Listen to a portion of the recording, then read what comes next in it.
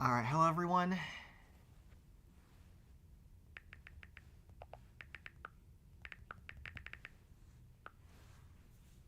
So we're just getting set up, everyone is here, and this is the semi-finals for the Clan Capital Cup. We started with 8 teams, and only 4 remain. Of them, White Wolves NL, the #1 clan in the world right now, as well as Moo, the #4 clan in the Clan Capital Global Leaderboard rankings. They're going to be facing off today in a semi-finals match, and they'll be attacking all 8 districts and seeing how many stars they can get from each other's layouts. Hopefully everyone is here, and especially Cora, who will be setting up the friendly challenges.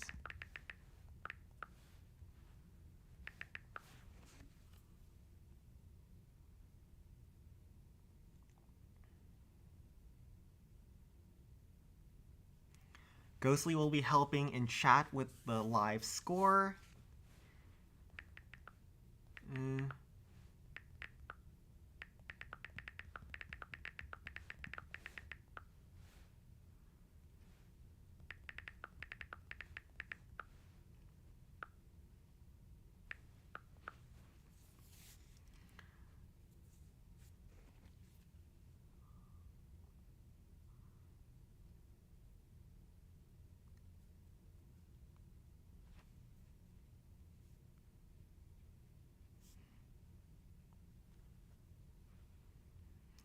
And we'll be setting up with the first friendly challenge.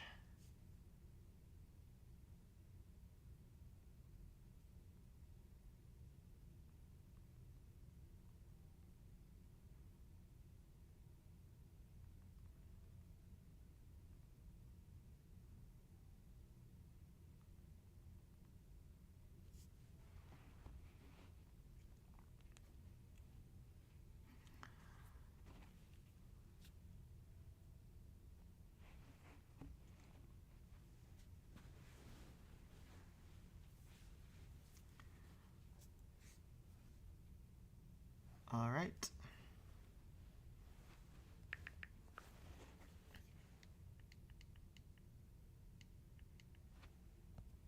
And let's also turn up the sound. Because normally I have them low.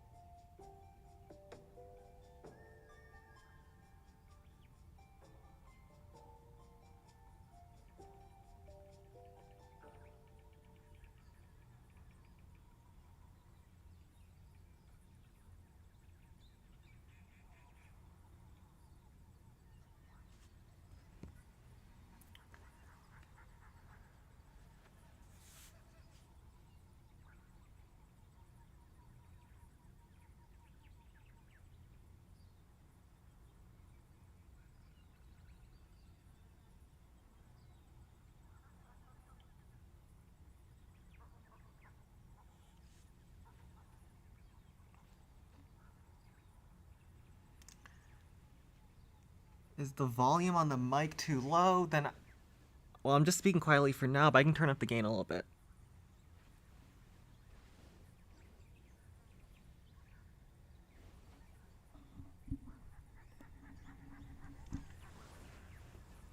Is the volume on the mic too low? Then, well, I'm just speaking quietly for now, but I can turn up the gain a little bit.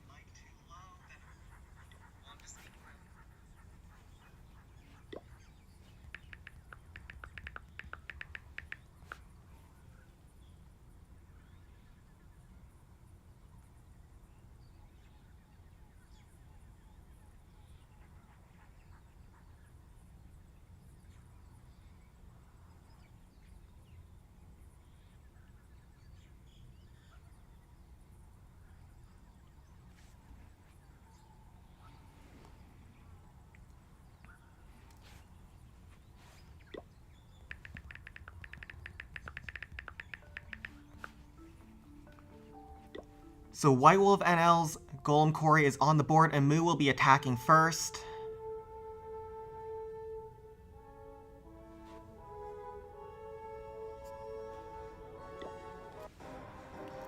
And they're coming in with 12 hogs, 2 miners, 4 rams. Core, if you can set up the peak challenge.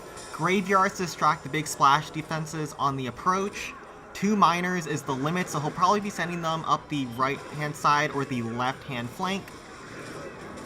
Hog Riders up the gut. He only had a couple rams, because he's not opening up many walls. And he's just using the Hog Riders to try to push in as far as he can. The miners are now in. Ton of zaps are killing one of the miners. I don't know how healthy the other one is as well. The other one's pretty healthy, so I think it might be able to grab the blast bow. A Hog Rider pulled the zap trap, and the miner will take out the blast bow. So huge first hit so far. Those Hog Riders just swept through this Golem Quarry.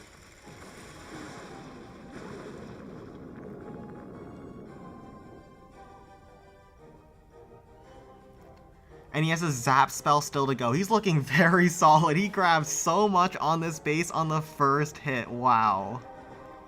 Those Hog Riders just did work.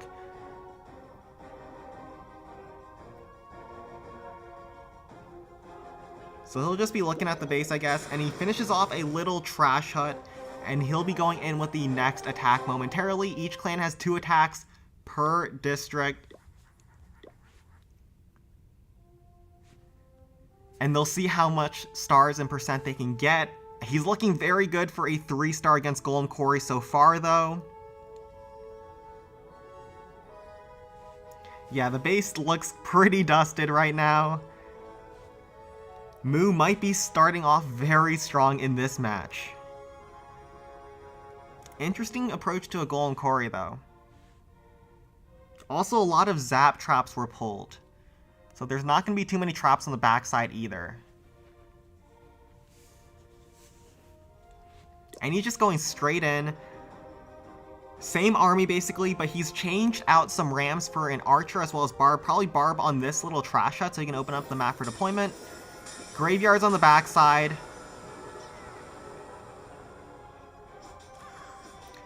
Archer to try to pick off the crusher, but they split on him, so that won't happen.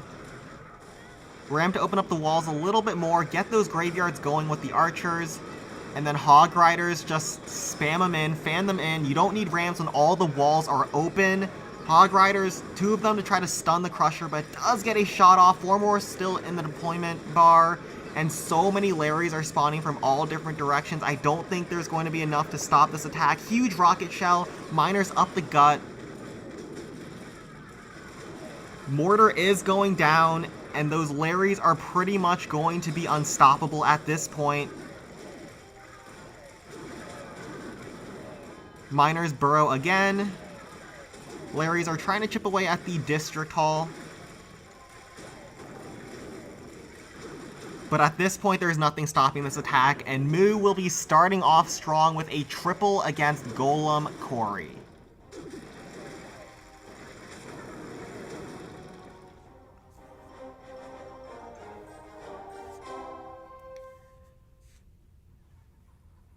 And now White Wolves NL wants to attack Wizard Valley as their first base.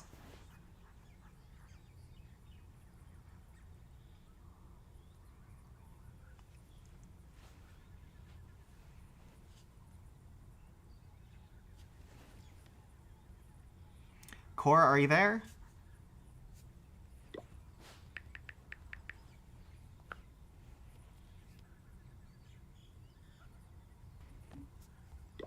Alright, perfect. And Moo's Wizard Valley is on the board.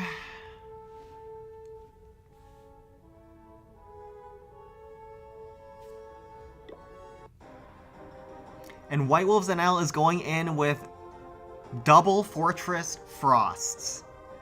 This is a very powerful attack against Wizard Valley, because it doesn't have that many air defenses, those raid cards can't shoot up, and those giant cannons are also ground targeting, so air troops are very powerful. He freezes air defenses, air bombs, as well as the Inferno Towers on the approach. He's coming in from the bottom angle with his first fortress down super low.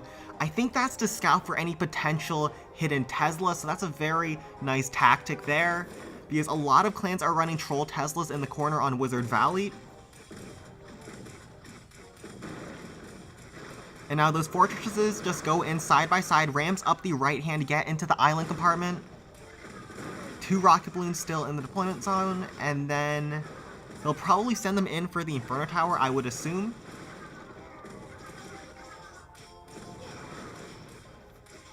But those fortresses do take up a lot of camp space, so he does not have too many balloons. 1 balloon for the Spear Thrower, 1 for the air defense. He's not actually going for the Inferno Tower. Instead, he'll be using the Zap spell to try to reset it and make sure the Inferno Tower does go slower. Those Larry parachutes are actually doing a really great job at distracting the Inferno Tower, but the fortress flies away from the Inferno Tower and is now getting sniped down, but it turns right back. The Inferno Tower is frosted up, so it's firing very slowly. Larry parachutes are trying to help DPS that thing down now. He does get the Inferno Tower down. Minions in behind to clear some trash. Wizard Tower will fall. Other Fortress is trying to grab that air bombs. There's a lot of damage on it. It does grab it before it finally goes down, releasing a ton of Larrys to clear some trash, as well as maybe even pick off that raid cart. He grabs 1 more Spear Thrower on the right side fortress, and he's looking very good now, I think. Frost on the backside Inferno Tower, and we will see how he tries to finish off the space.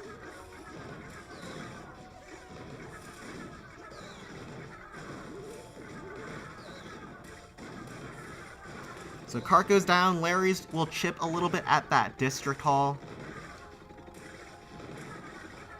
before they get distracted by that enemy raid cart.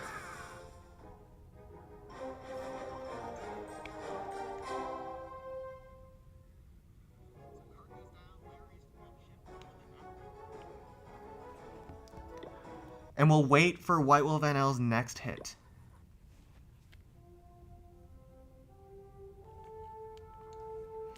Hopefully the lag fixes itself. It's just from the stream end. I don't see any lag from my end.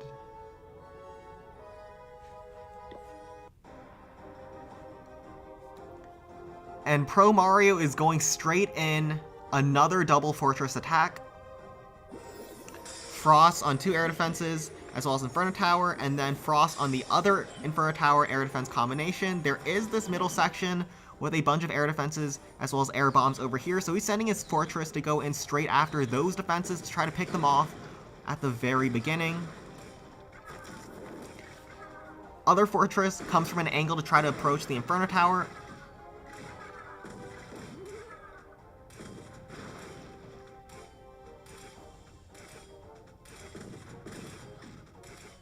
They will snipe down the Spear Thrower.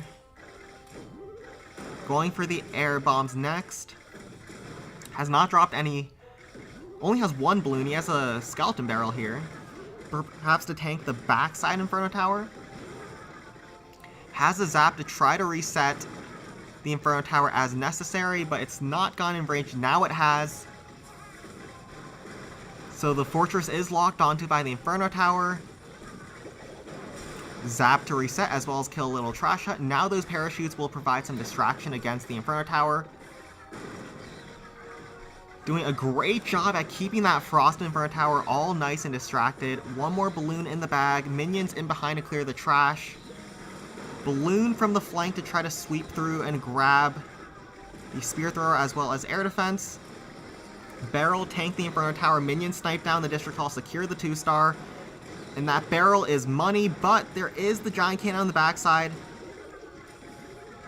And it does not quite get the air defense, but those balloons have swept all the way through, and they're going to help assist take down the Inferno Tower. The air defense is the last big damaging air defense on top of this base, and it goes down. His fortresses are low, but there's not much left on the base. Once that Tesla goes down, there's just a Spear Thrower as well as Wizard Tower, and I think he's got this covered.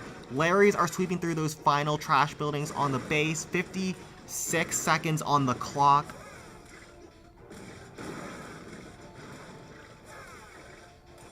Wizard Tower will fall. One fortress will die, but the other one will secure the 3-star against this base. Both teams are starting off with a triple against their first bases.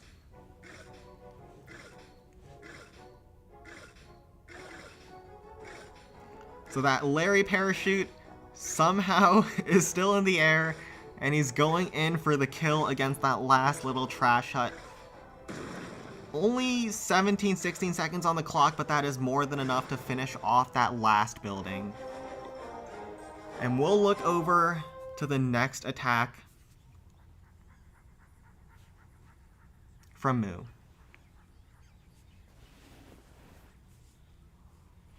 And they want Barbarian Camp.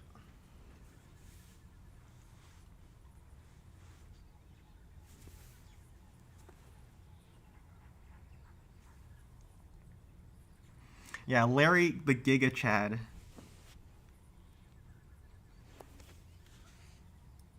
And I'll set up the peak challenge.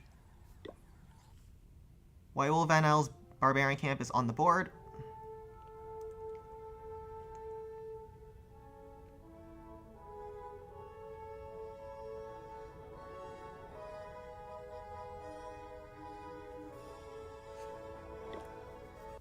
And Moo is in. FX for Moo is going in with Golem, Miner, 4 Hogs, and a Barbarian. Golem up the right-hand side into the haste, on top of the air defense. Hog Rider snipes the Spear Thrower. And the Golem walks inside. Barb in behind to clear the trash buildings. Where's the Miner? Miner to help funnel down low, as well as sweep through as the Golem moves along. Giants are now working their way in to distract the Golem as he's getting attacked by a bunch of defenses, but the Hog Riders are going to snipe them and relieve some of that pressure. Golem is at 60% HP. One last Hog to take out this Spear Thrower on the flank. Miner has just snuck his way in. What the heck? Is taking out so many defenses as everything is looking at that Golem. Golem is going down quickly and he is being distracted by the Giant, but if that rocket artillery goes down, I don't think he's looking too bad. Can he get it? Gets the multi-cannon. Miner is killing that rocket artillery. Death Bomb will take it. That Miner was so OP. What? And he's looking pretty solid now, I think.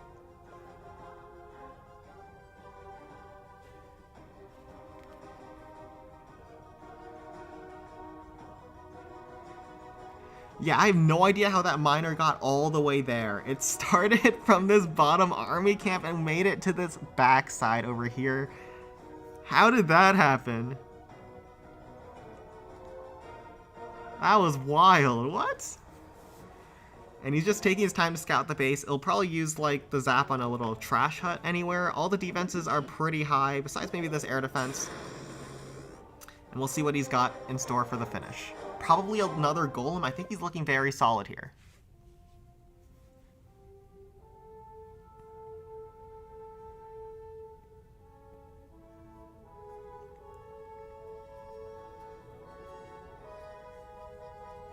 Frost on the backside, rocket artillery, Frost on some point defenses, and we'll see what he's got to finish. Just go straight in. Same exact army. Giga Chad does not change his army at all, except for the Frost, the extra Frost instead of the haste.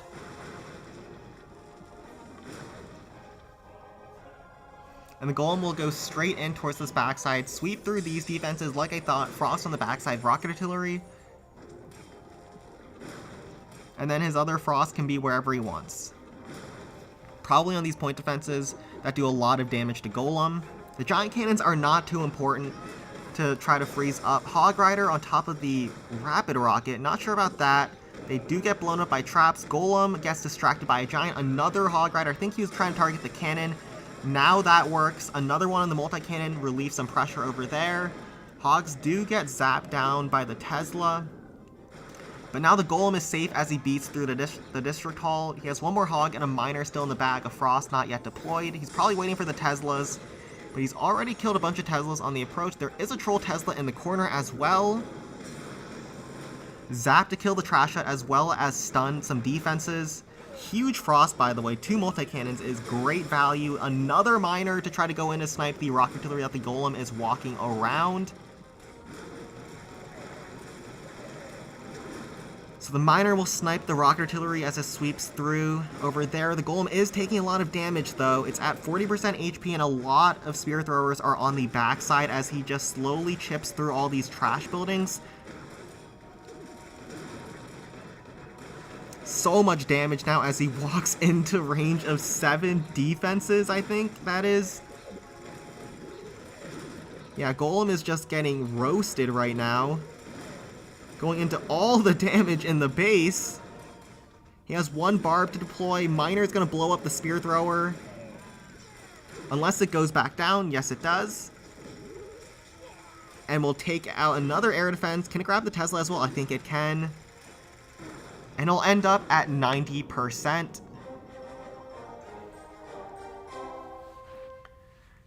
Maybe he realized the Troll Tesla, but he didn't have enough to get through the middle of the base anyway, so he just used his troops to try to get as much percent as possible, which is the tiebreaker in case teams tie on stars.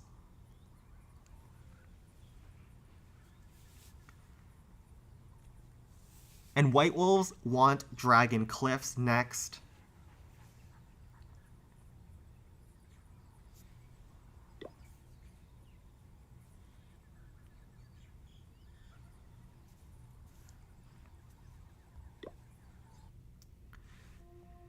And Moo's Dragon Cliffs is on the board.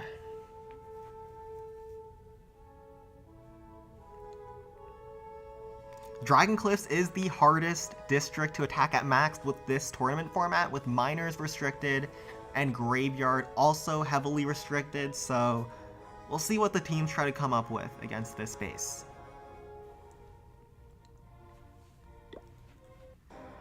And S-King from White Wolves is in. Whoa, what?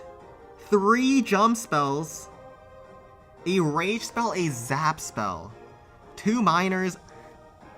I can't tell you what's going on here, so we'll let S-King cook.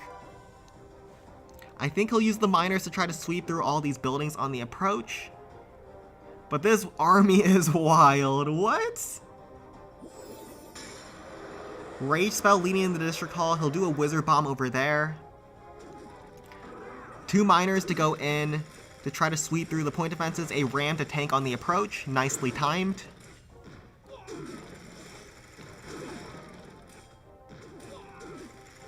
Another miner to go over top. Inside of the rage spell to snipe down the little barrack and then snipe the cannon. Perfectly done. That will open up the map for deployment. And then he'll jump his way over. Another jump to get into the District Hall. What the heck? Zap to zap some huts on the backside. He has some archers to try to grab the Inferno Tower. Rams to go in to test for any traps, as well as pull the dragon over. So he wants to use the Rams to pull that dragon into his archers. Nicely done there. He waited for the dragon to fly into an optimal position for him to pull it over. Now he'll use archers to finish off the Inferno Tower.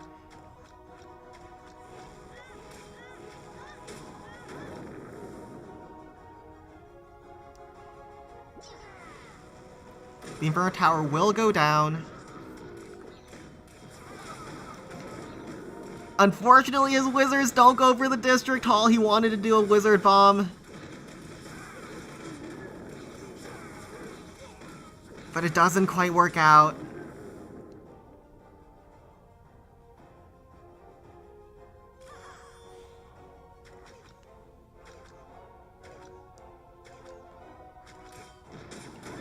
In the District Hall, he'll now need to snipe it down with archers. One more jump to deploy.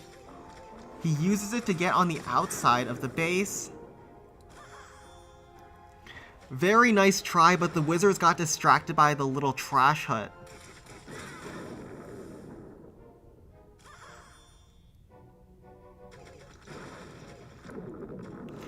And now he'll need to use his last few troops to try to grab as many defenses as possible.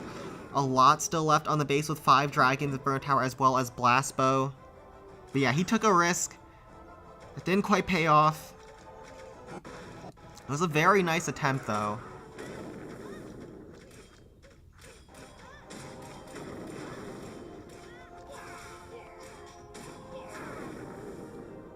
As he has one more pack of archers.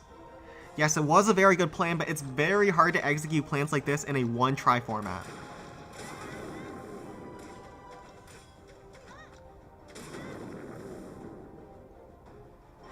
So we'll see what he wants to do to finish off.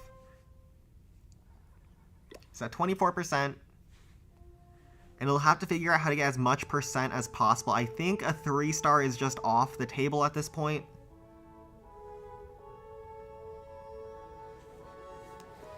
No, it wasn't the walls that prevented the Chads. They got distracted by the small hut. You could see one of the Chads actually jumped over and was targeting the district hall, but he dropped them into the little small hut that he wasn't able to clear earlier, and then that basically ruined him.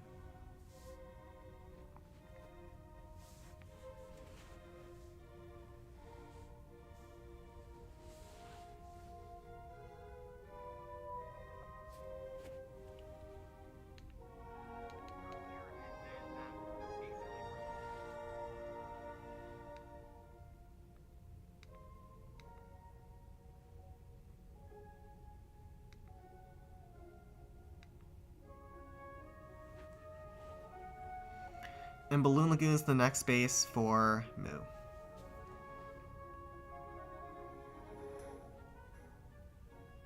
Yeah, some people are having trouble with lag, but some people aren't.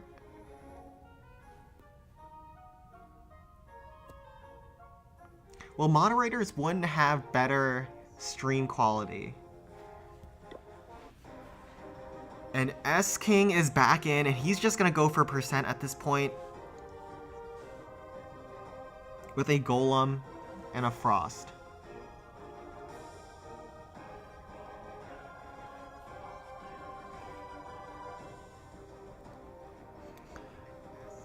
So 90% will put them back in the lead against Mu. Anything less, and Mu will be coming in with the advantage. He's coming in with a Golem from the top side. I think that is the right call at this point, to try to just go away as far as possible from that Blast Bow. Barb just clear the little trash hut in behind, and the Golem, he's going to try to push his way in and try to grab as much percent as he can. 2-star is basically not an issue for him, but 3-star is going to be impossible, so he needs as many buildings here as possible. A Inferno Dragon to kill the enemy super.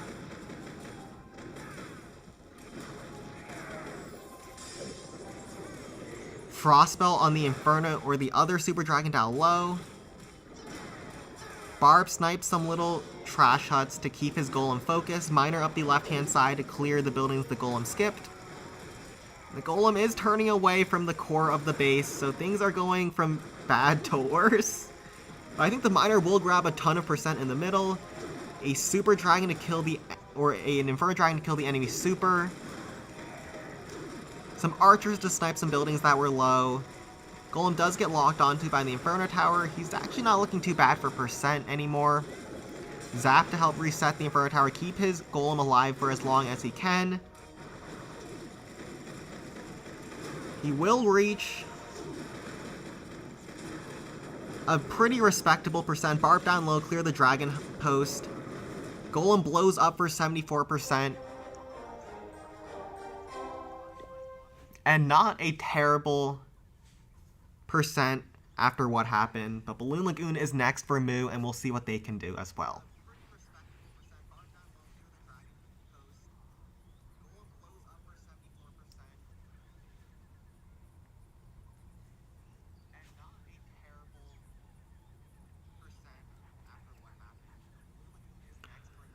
White Wolf NL's Balloon Lagoon is on the board. Mu will be attacking next. We're in the third round of attacks, and Mu is now leading by 16%. 5 stars to each team.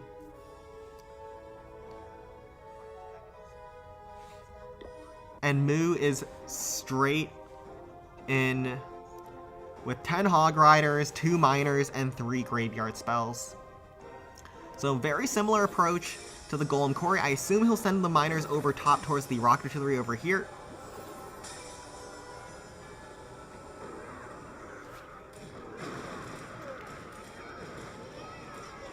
And he's just coming in with the Hog Riders to kill the defenses on the approach.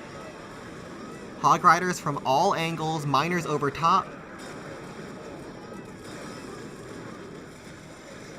Just sent 1 Miner in to grab the Bomb Tower for now, and then it should push in for the Rocket Artillery as well. More Hogs up the left-hand flank. Will take out the Inferno Tower. Graveyards are distracting all those defenses on the backside. Barb to try to deal damage to that District Hall. Rocket Artilleries do lock onto the Hogs, but they miss a lot of shells. Do finish it off. Miners do grab the right side Rocket Artillery. Middle Rocket Artillery went down to, I think, a Miner as well. Barb will secure the District Hall, so he doesn't have to worry about that for that second hit, and he's looking very strong here as well.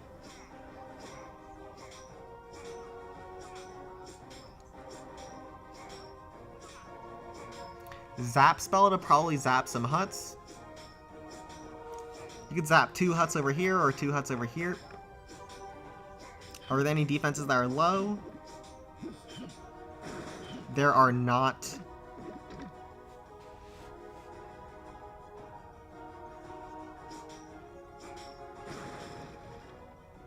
But that Barb has done some serious work. Also gonna get a Rocket Balloon Barrack as well.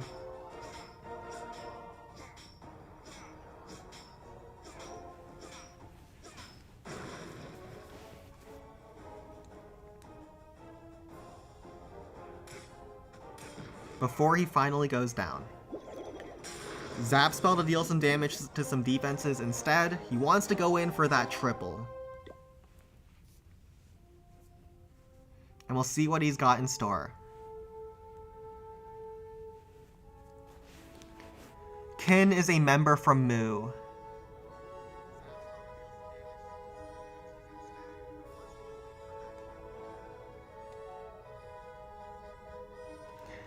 Yes, maximum of 2 Miners per district, and Moo has been using them to strategically take out key defenses inside the base after his Hog Riders clear a path.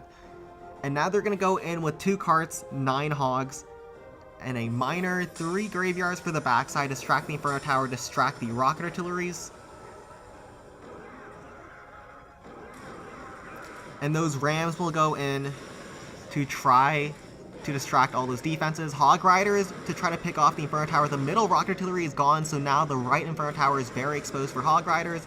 Carts up the gut to try to take out some Rocket Artilleries. 3 more Hogs in the back. 1 more Graveyard has not yet been deployed. Miner to grab the Bomb Tower and then go in after the Rocket Artillery. So many Graveyard Larrys are everywhere. And this backside is just getting overwhelmed by Larrys. No more traps left because the Graveyards would have pulled them as well, and there's just so much force left. His cards are at full HP. He's looking so strong here. Moo is opening up the match with 2 Graveyard triples. And we'll see what White Wolves have to try to answer them.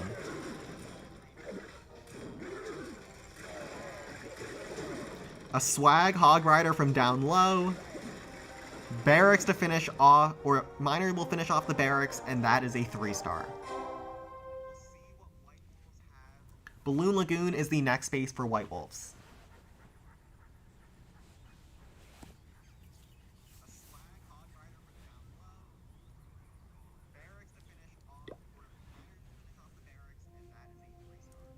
And Moo's Balloon Lagoon is on the board. And we'll see what White Wolf NL has got.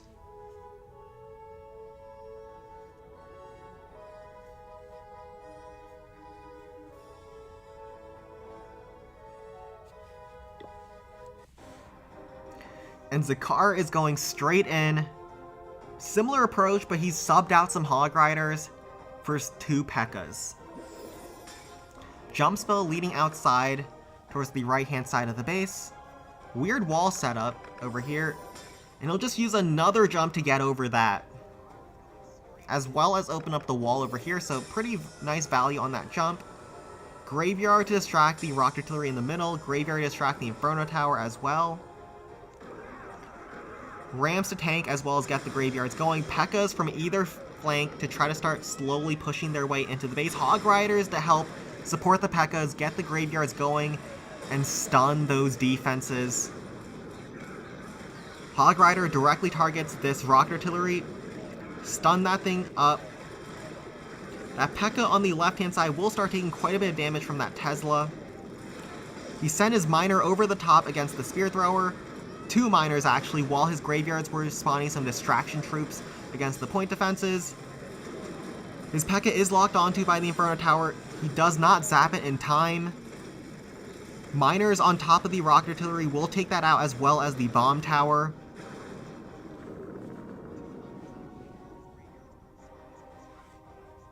And he's got a zap still to go.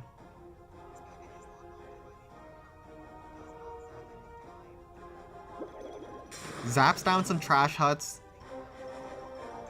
And we'll see how he's looking for the second hit. He didn't get quite as much as Moo did. I think he might have wanted the Inferno Tower as well in the middle.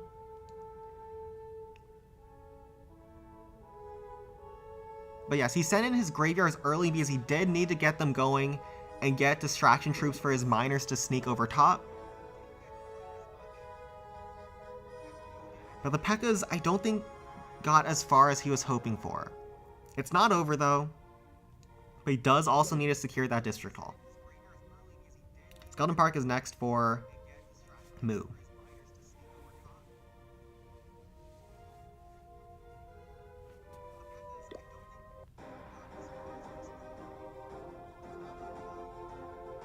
And Zakar is back in. 3 graveyard spells this time. 1 on top of the backside rock artillery to try to snipe that down. The other is to distract all the defenses, especially those big defenses, so his Hog Riders are safe. Giant to tank the rock artillery on the approach. And he'll do a great job at distracting a couple of those first shots. Miner from over top on the right-hand side to presumably grab that district hall, and 3 more Hogs still in the bag. Graveyards are trying to distract for his Hog Riders on their approach. Needs to secure the district hall just in case things go wrong. The Hog Rider just gets down in time to try to keep his miner alive. Rocket Artillery does go down. Hog Rider's pushing through the left-hand side. 1 more Hog on top of the multi-cannon. Barbs to try to snipe down the Inferno Tower. He has a Crusher on the backside that's going to be quite nasty to him. Zap to help reset it a little bit. He has a swarm of troops to take it down, and he's looking solid now. Good recovery from Zakar after not getting as far on the first hit, but he has so many troops with 2 miners still in the bag. Sweeping through those last few defenses on this base. Really creative idea with the 2 jump spells, especially on the first hit. I would not have thought to do that, but he wanted a good angle on that top side rocket artillery, and he was able to get this base down in 2 hits.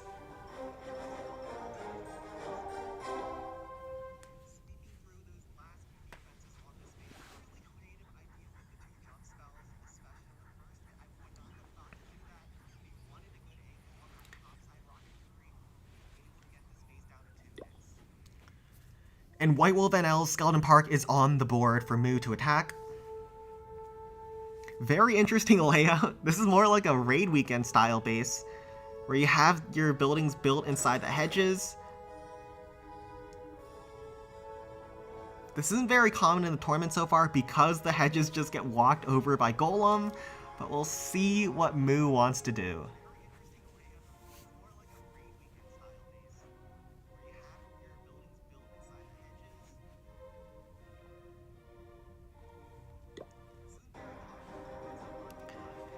And Keen is in from Moo, coming in with a Golem, a Barrel, interesting, 2 Hog Riders, and a Miner.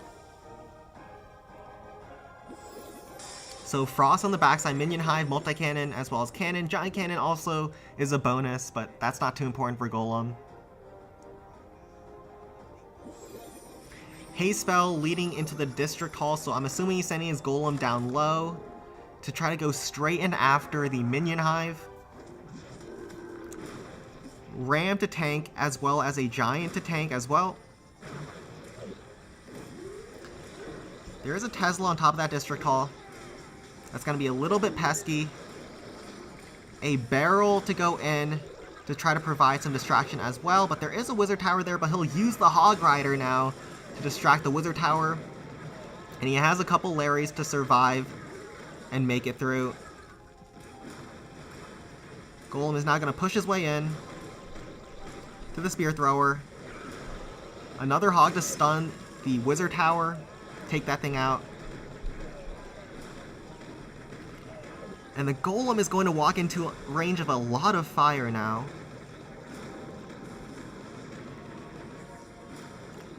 As he just slowly works around all those big damage defenses. The golem is getting very low already. Another Tesla pops, a log will make things annoying, and then golem gets stalled on top of the Tesla. Whoa, the base building here was very nice to stop the golem in his tracks. He blows up and deals a lot of damage to the Tesla. And there's one miner left, just outside of range of that Tesla, but the rocket artillery is doing a lot of damage to him. Goes back down before he gets taken out. And the rocket artillery is so useless against those miners. Wizard Tower is going to be the one to finish him off, but he does grab the air defense. We'll see how he's looking for the second attack.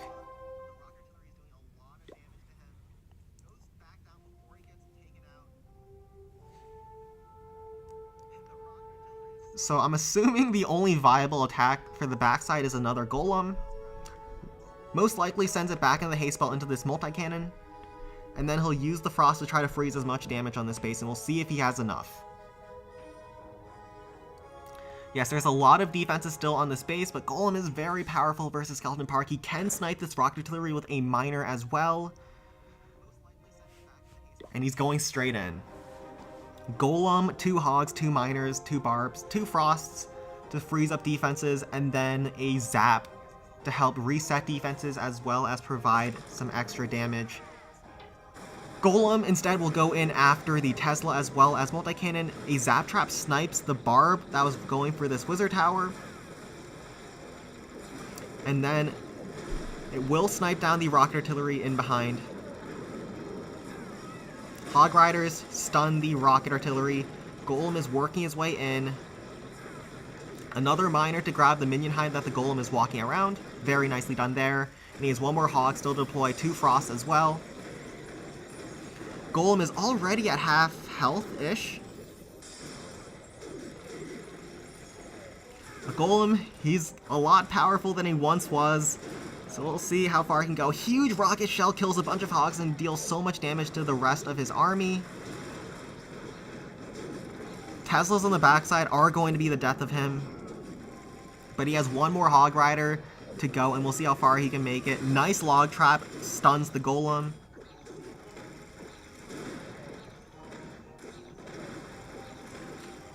Miner is still alive, grabs the air defense with its bomb. That log track misses though, due to the hog riders, and that golem is walking into too much fire as he'll get slowed down moving into the backside of this base.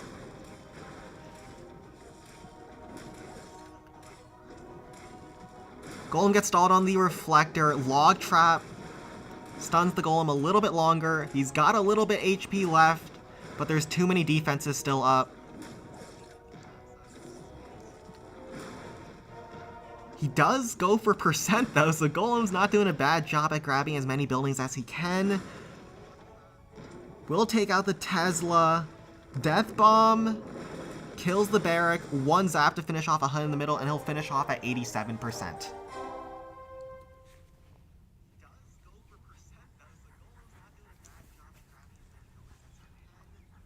And Skeleton Park is also going to be the next base from White Wolves as well.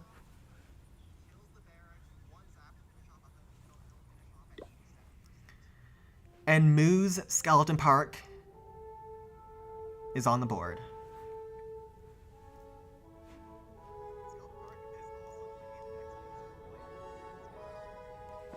We'll see what White Wolves NL has got in store. I think the late lightnings are because people don't see what they want to do with them, but also because the lightnings are good for stalling out the clock. Frost Spell on the backside minion hive.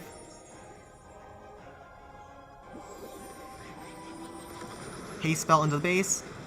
And Golem is just going straight in towards the right-hand side. The other minion hive is not in range, so it's just one minion hive over here. 2 P.E.K.K.A.s to help support. Golem will take out the bomb tower, and where does he drop the P.E.K.K.A.s? Golem is taking a lot of damage on the approach. I think I know what he's doing. He's holding on to the P.E.K.K.A.s and will save them to sweep through after the Golem goes down. So the Golem is there to take out the defenses on the approach, and then those hasted P.E.K.K.A.s, with the help of a giant to tank, will go in after all the walls have been taken down to go in to assassinate as many defenses as possible. So nicely done there. Giant to tank on the approach, and the P.E.K.K.A.s will grab the minion hive, so he's looking very good.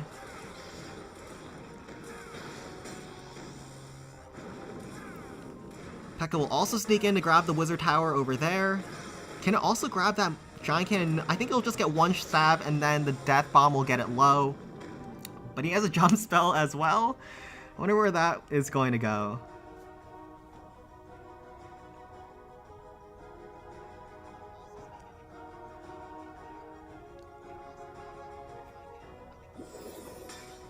Jump spell over the topside river.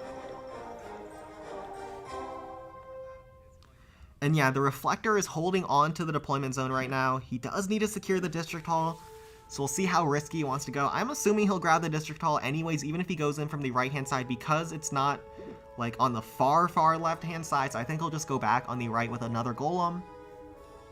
Golem can secure the Reflector, air defense, and then walk over to the defenses inside the middle.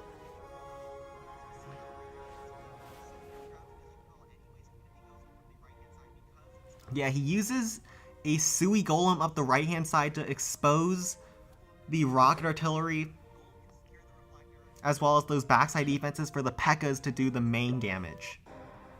So very cool idea there. 2 Frost Spells. And Golem will go in towards the right-hand side. Golem will take down the air defense and go in after the spear thrower in the middle. Tesla Farm pops in the middle. He reacts right away. Zap traps as well. Huge Tesla Farm bait inside the middle. Miners up the left-hand side. A zap to help assist to grab the multi-cannon in the middle. Those Teslas do so much damage. He'll need to be very careful at this point. Miner is taking out some spear throwers over there, but the Golem is taking so much damage to that farm right now. Hog Rider will secure the left-hand spear thrower. One more Hog, one more Miner to go.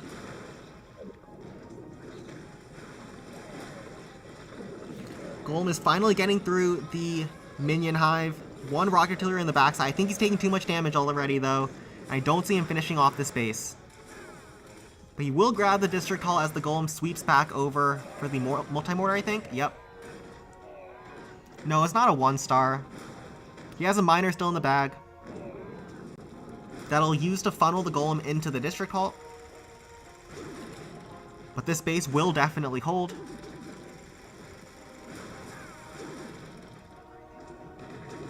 So the middle was very baited to try to bait a Golem on the first hit, I assume.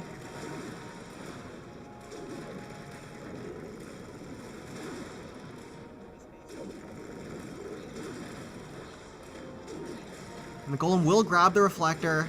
Miner underneath is doing some damage as well. Miner grabs the little barrack, and he goes down at... Oi, he goes back underground and grabs 2 more buildings for 83%. So nice Tesla farm by Moo, and White Wolf NL will fall short.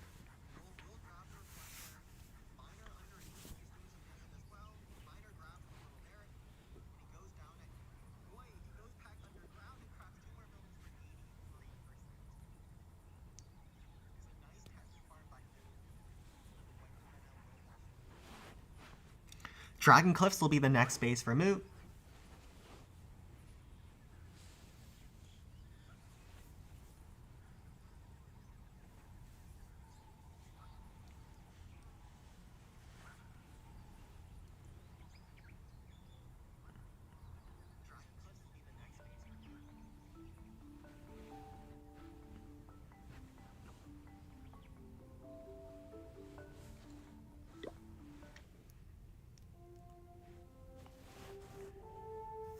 And Mu is currently in the lead by 30%.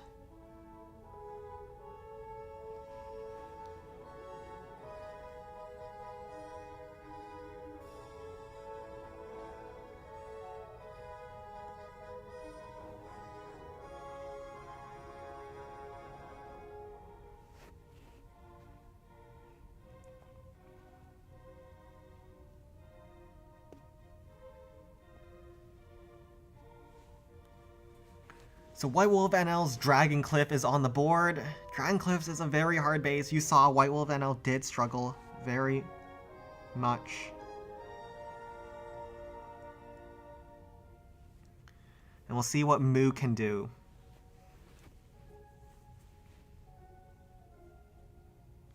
Why haven't they used Sparky? Because Sparky is very easy to defend. It's very powerful, but when you space the defenses, it becomes very difficult to use.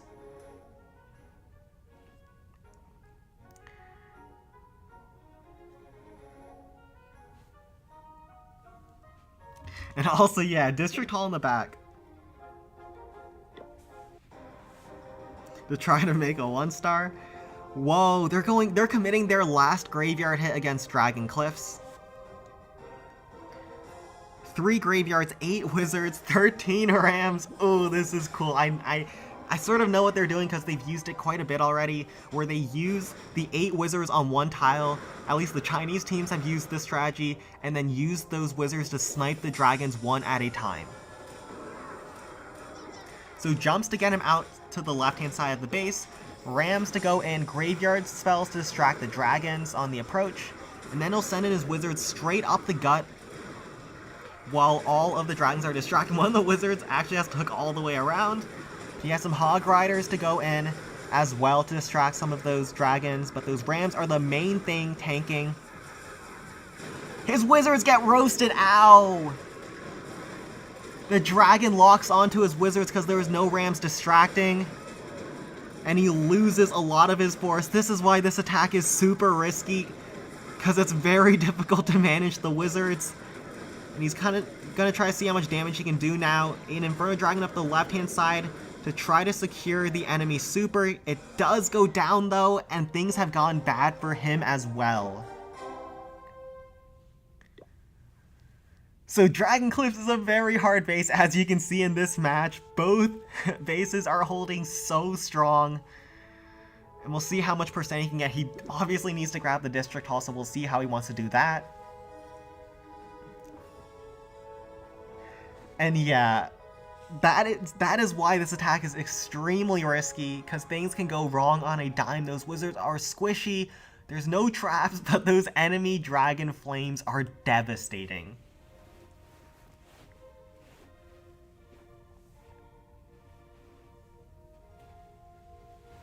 It's definitely not a 1-star. He'll know better to secure the District Hall, I'm sure of that. But it's just a matter of how much percent he can get. Go from 3 o'clock. Yeah, no, there ain't no way that they're attacking from 3 o'clock. They'll definitely try to secure the District Hall from here.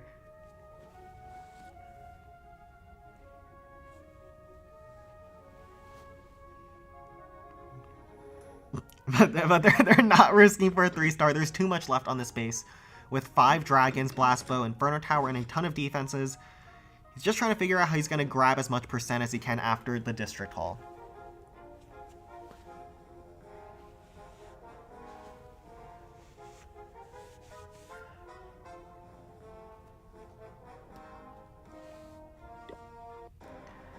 And Stray is back in. 2 barrels. Giant to try to snipe the enemy super. Nicely done there. 3 Inferno Dragons still left. He's going in with Frost Inferno Dragons. Interesting. The Inferno Dragon actually is going to grab the entire back section, so nicely done there. Hog Rider to help secure.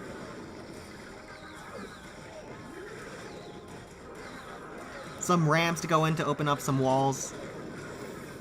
Graveyards to help distract the dragons on the approach. Barrel as well to help assist in tanking the air defenses.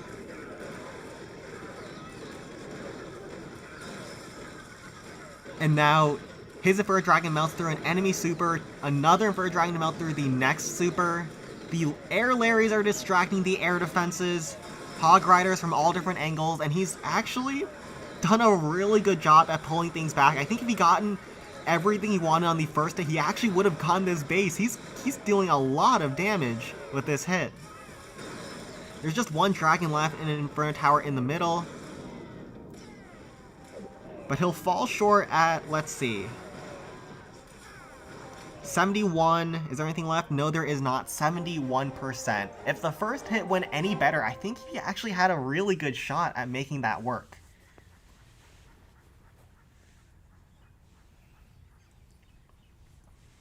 But 71%, and White Wolves NL will go next.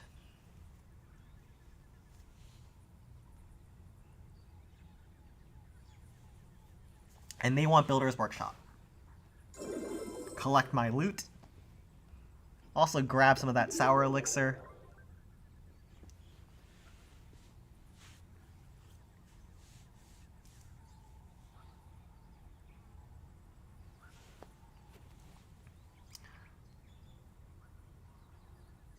Archer Queen for Builder's Workshop. I'll give you some wall breakers.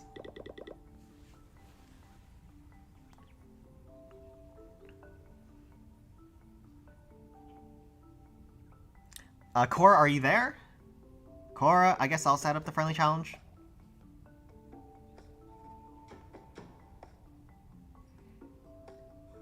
Okay, finally the challenge comes down.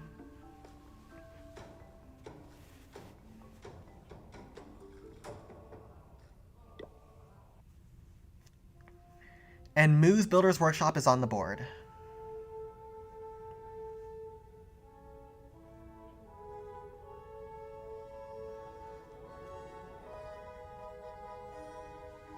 Yes, White Wolf NL has 5 extra wall breakers for Builder's Workshop now. And he's ready to go.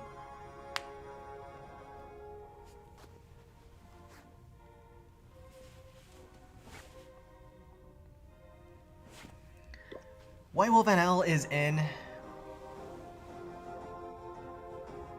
3 P.E.K.K.A.s. What? A lot of P.E.K.K.A.s here. Jump Spell and 3 Graveyards. Graveyard on the air bombs to distract the Giant Cannon and some of those big defenses in the backside. 1 Graveyard to distract this Blast Bow over here, as well as these point defenses away from this Wizard Tower. Notice how he's dropping the Graveyards around the Wizard Tower to make sure the Wizard Tower doesn't splash them all. The Wizard Tower is one of the most devastating defenses against those Graveyard Skeletons. And those Rams are going to target those outside walls because he's used the Jump Spell already to go over top of this river. P.E.K.K.A.s are going to slowly work their way through the base. This is interesting. Triple P.E.K.K.A. with Graveyards. Drops his last Hog to stun the Spear Thrower, and then it's just up to the P.E.K.K.A.s to see how far they can go. The P.E.K.K.A. actually sneaks into the dead zone of the Blast Bow away from the Crusher. I think he probably wanted the Crusher too, but I think the P.E.K.K.A. will go back for that. The other P.E.K.K.A. on the right side is going to grab the Spear Thrower, will take out the Multi-Cannon. If it gets one shot, yup, with its Death Bomb now, takes that down. One P.E.K.K.A. is also trying to chip down the Blast Bow. Gets some damage over there and some damage on the Multi-Cannon, and we'll see what he wants to do to try to finish off. Yes, he wasted his wall breakers on the outside.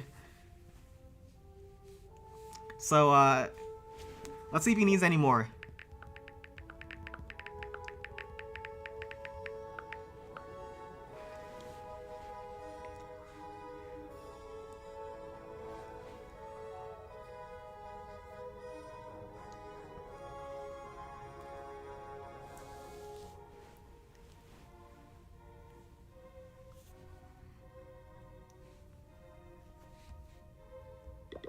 Looks like they need some more wall breakers. I got them.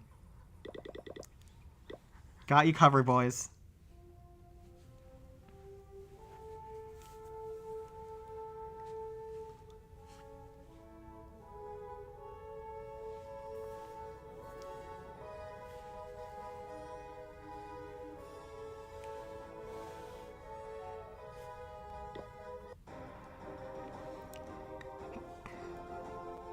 And 3 more P.E.K.K.A.s, 2 wizards this time.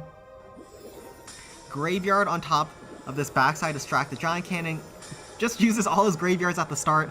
So the idea is that he doesn't have too many troops to try to get the graveyards going because he's bringing in 3 P.E.K.K.A.s as DPS, so he needs to drop down his graveyard spells early to get those Larrys going. 2 more Hogs still in his bag. Wizards to also help assist over on the right hand with the Hogs. Hog Riders on the Crusher. See if he can take that out. The Wizard does go down.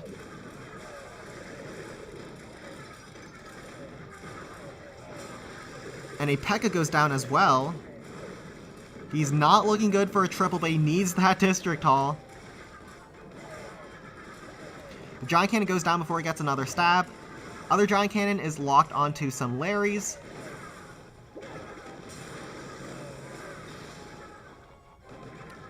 He will secure the District Hall, but does he have enough to try to finish off the base? P.E.K.K.A. swipes down the Giant Cannon.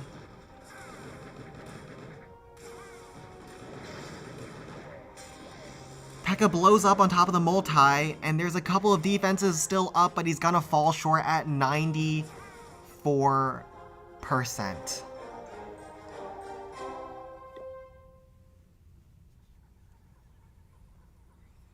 So Builder Workshop does hold for him, and Goblin Mines is the next base that Moo wants. He can't even receive goblins? What is he doing? We'll donate him a flying fortress. Oh, he can't even take dragons? Okay, wait, no, yes he can.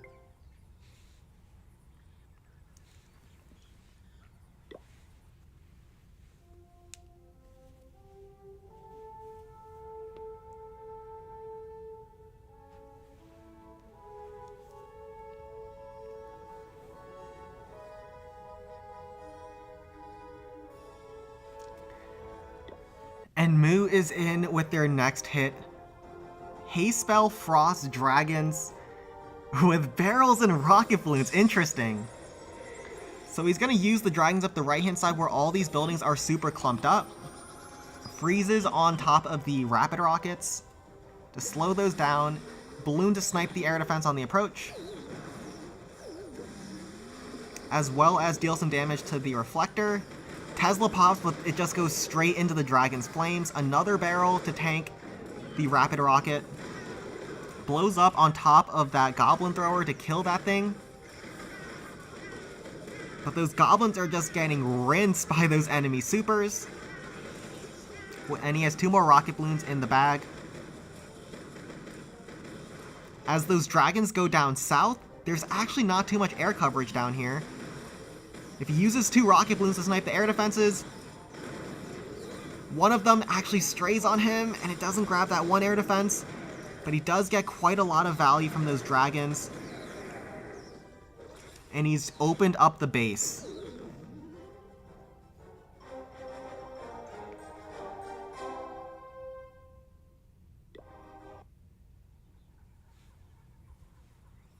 And we could just calculate the score later, but I know White Wolf NL is leading by a tiny bit of percent right now. So it's a close match. And Moo has opened up the base for perhaps a Golem finish. Yeah, very solid on the hasted Super Dragon's approach. He identified that there was not too many air defenses covering that Inferno Tower. And so he just exposed that with a Frost and some hasted dragons, grabbing a ton of goblins.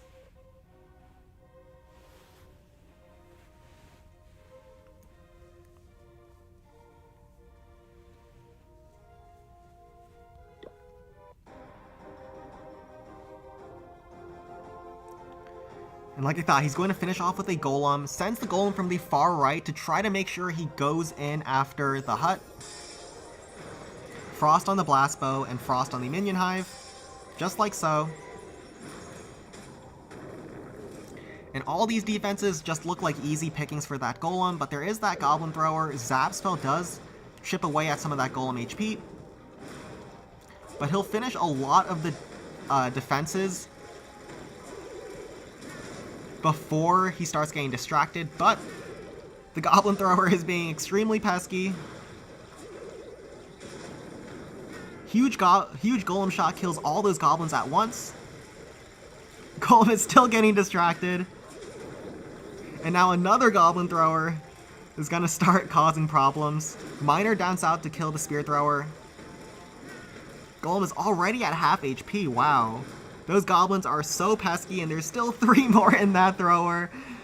Oh my goodness.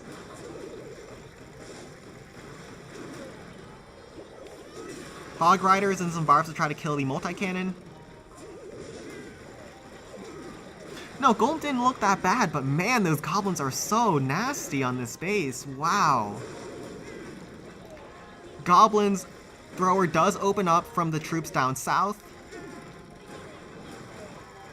And the Miner is now slowly working through the goblins.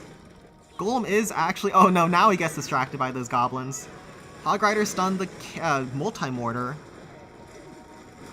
And the Golem is quickly going down. There is a Reflector still on the board. Miner does get hit by the Crusher. And this is going to get real close. Miner's on the backside. It's going to get really close. Golem is tanking for that Miner right now. Miner swerves down towards the Tesla. Golem blows up. There's only a couple buildings left. The Miner is going to take down the Wizard Tower. He's going to fall just short at 98%.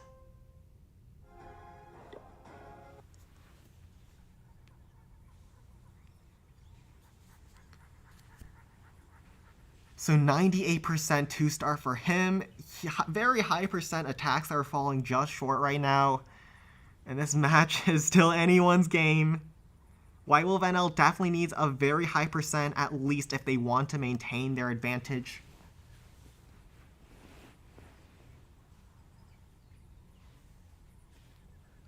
And Barbarian Camp is on the board for Moo. Or is on the board for White Wolves NL. And this is a base from Moo. Yeah, those goblins, I did not think the base would hold against Golem, but man, they stalled that Golem up for forever, and even with the Frostball on top of the Minion Hive, it was doing so much damage to him.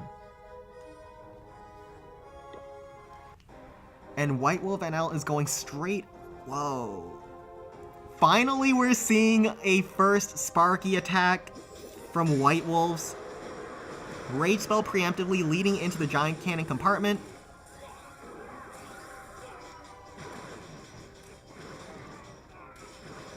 Giant to tank on the entry. All these defenses are spaced out, so right now he has to slowly work through them one at a time. And he's doing a great job right now at distracting for that Sparky. One Giant at a time. He was late on this next Giant, and now his Sparky does get locked onto by an enemy Giant, but he uses some barbs to try to chip it down. And then one Sparky shot gets a huge shot against all those defenses. Sparky's still healthy. He's doing an amazing job right now at tanking, but the defenses are spaced out very nicely to make it hard for Sparky. And Sparky's gonna get one more shot, I think, against the air bombs? No, it doesn't. But those Giants and those barbs up the right-hand side are actually doing some damage against that Spear Thrower. But they will fall short here. Sparky is a tough attack in this tournament to do. He was very good at tanking for the Sparky, but it was a very difficult entry to navigate.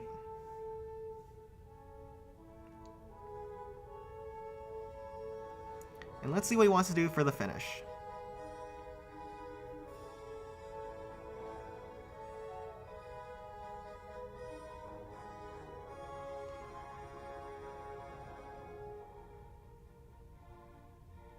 I think he definitely wanted to get all of these air defenses down and maybe try to finish with air, but at this point, there's so much still left on this base.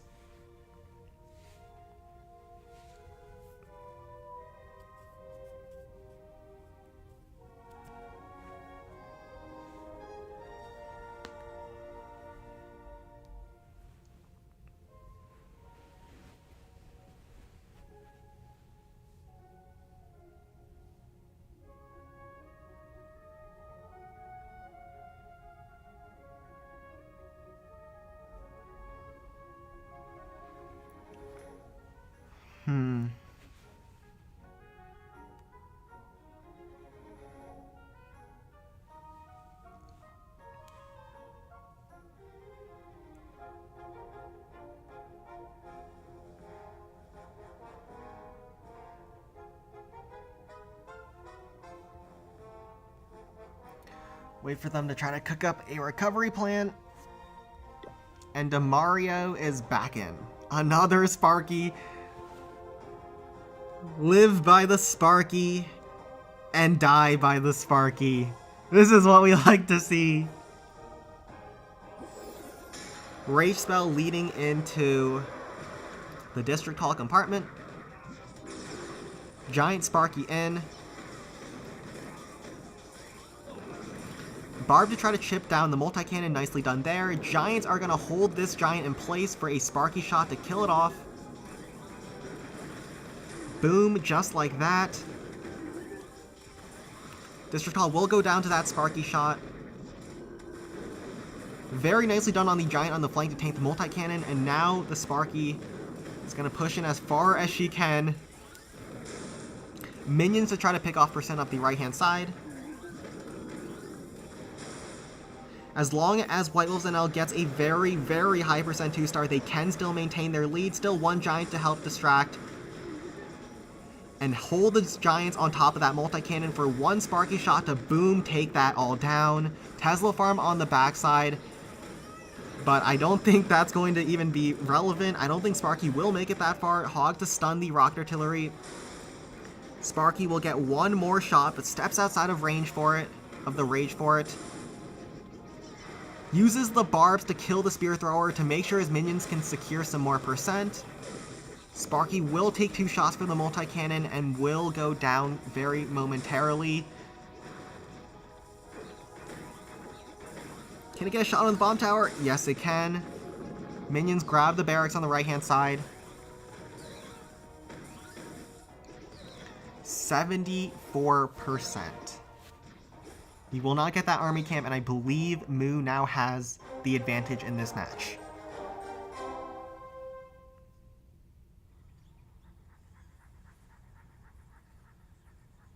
Builder's Workshop is the next base that Moo wants to hit.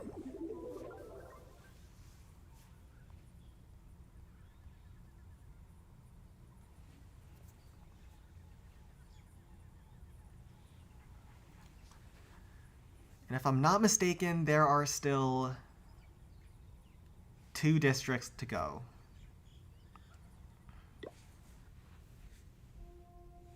And White Wolf NL's Builder's Workshop is on the board.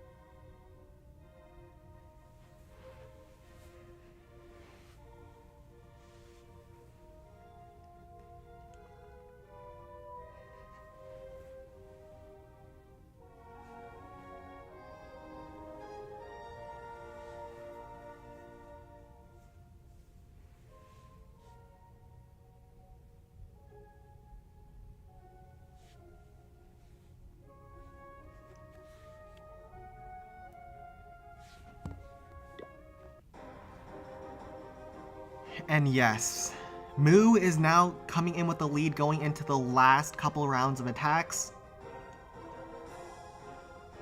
And he's coming in with a Golem, 2 Hogs, 2 Miners, very standard Golem army composition. Nice Frost-Tame Blastbow Giant Cannon as well as the multi-cannons. Very nice Frost, actually.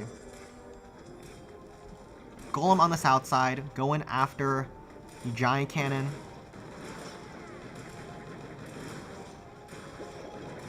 Zap to reset. The multi-cannon. Golem getting flung around a little bit as he steps away from the multi-cannon. 2 Miners in the bag.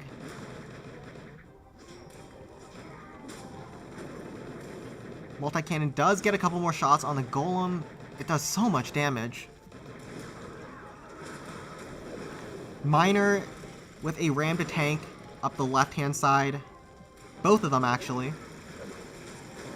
And Golem is going in after the blast bow. Hog Rider on top of the cannon. Miners will go down. Does blow up the rapid rocket. Other miner is on top of the giant cannon right now.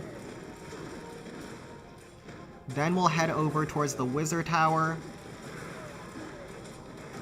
Teslas are starting to pop as the Golem will get killed, but he's not looking too bad for a Golem finish here.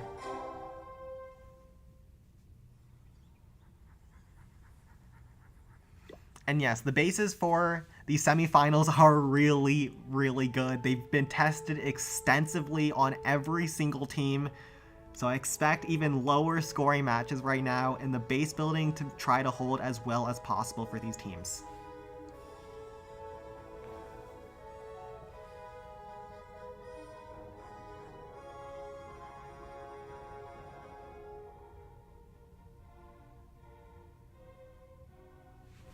The Miner Death Bomb actually exploded on top of the multi-cannon, I think, and that thing's very low now.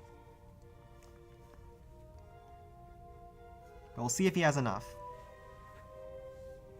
I assume he'll drop the Golem into the haste on top of the Spear Thrower.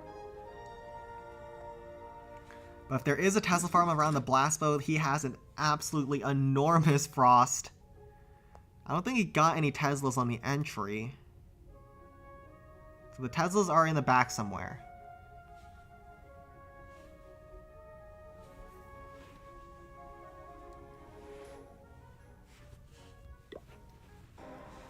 And Stray is back in. 2 Frosts in his bag.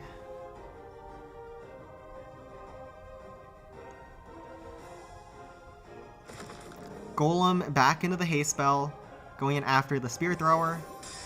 Frost to hit so many defenses on the base, neutralizing so much of the threat. Zap on top of that multi-cannon to finish it off. The Golem has a very smooth entry into this base right now. He's holding on to his other Frost because he knows some Teslas have not popped inside the base yet. 1 Tesla here, but that Golem is just going to pick that off for free. Another Tesla pops straight into that Frost spell. I think there's still 1 more on Builder's Workshop. Hog Riders to help support and try to get through that Tesla farm. Last Tesla pops behind the District Hall. Miners to sweep through on the right-hand side. Golem is going up the middle.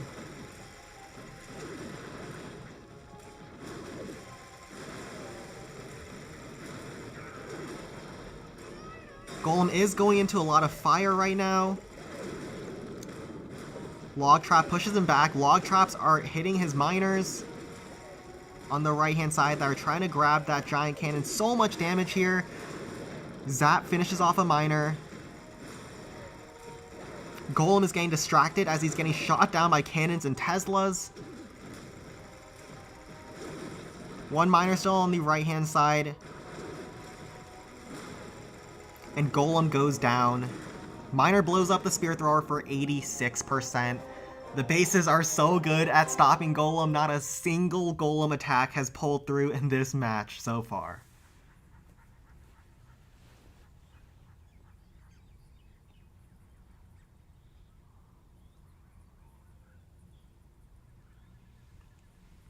Golem Quarry is the next base that White Wolf NL wants to hit.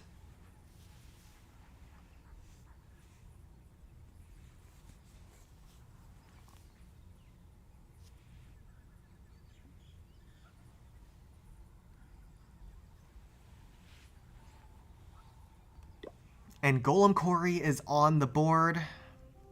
We'll see what White Wolf NL wants to do.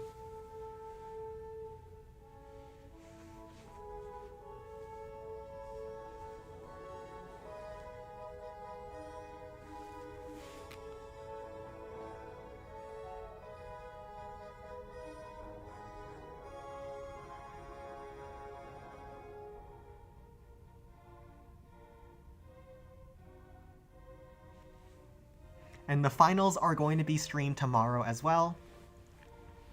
So right on Christmas Eve, you guys could not have asked for a better Christmas present.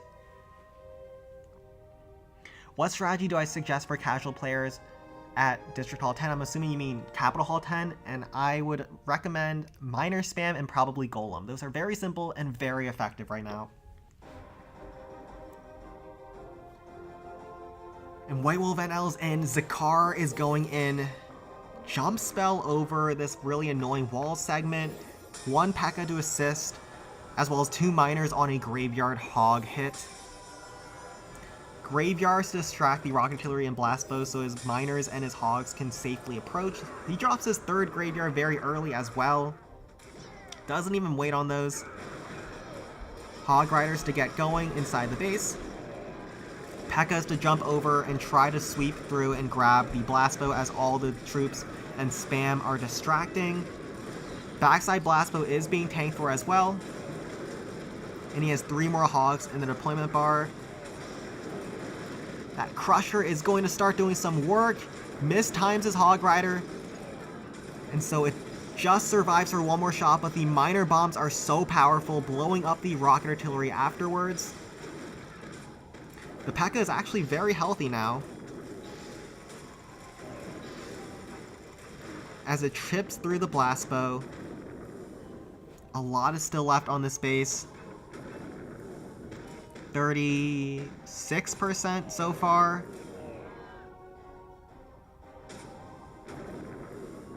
And the P.E.K.K.A will slowly be going down, blows up on top of the District Hall.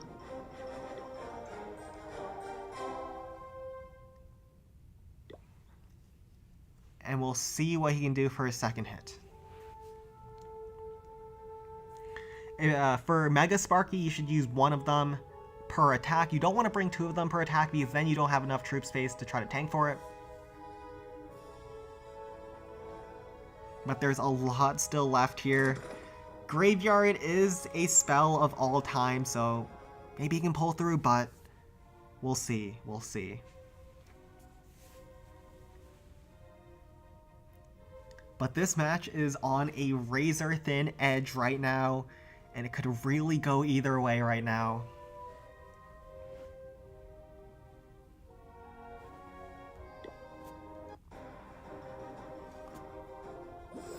He's coming in with a very similar army. He subs out the jump for another zap. Graveyard on the backside between those big defenses. Graveyard to distract the left side big defenses as well, and he's holding on to his last Graveyard to try to distract at the very end. But he uses those ramps to get his Graveyards going now. Hog Riders to sneak their way in. 2 miners are pushing through the right-hand side over the cliff. And a wave of Larrys coming in from those earlier Graveyards as well. Dropped down all of his Hog Riders already. And his last Graveyard was on top of the backside Rocket Artillery. So many defenses are still alive. I don't think he's going to have enough here. Nor is he going to get high enough percent.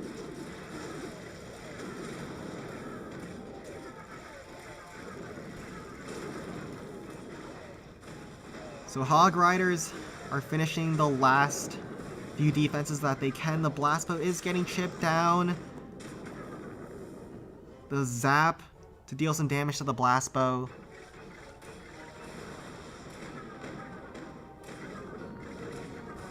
%76%. P.E.K.K.A is going to swing down on the air bombs It looks like with one district left, and I think it's Wizard Valley for Moo, if they triple that, White Wolf NL is going to be knocked out. So 79% 2-star for Zakar, and one more base left for Moo, which is Wizard Valley. They don't have a graveyard attack, but if they triple this, they win.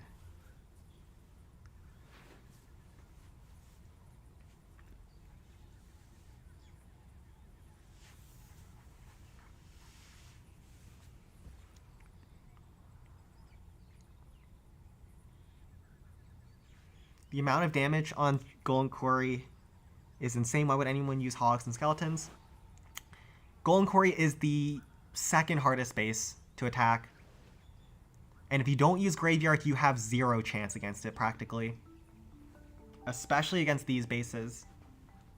Golem gets melted, Sparky gets melted, and basically every other strategy just does not have enough power. Wizard Valley is going to come down for Moo. And we'll see what they can do with their final hit. 3-star will win the match. Any less, and White Wolf NL can pull ahead with a 3-star on Goblin Mines. Goblin Mines is the last base for White Wolves NL, and they need their Wizard Valley now to hold.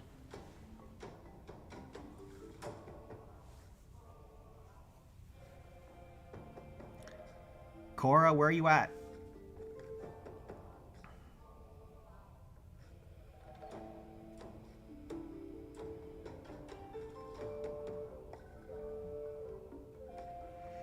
Oh, his game crashed.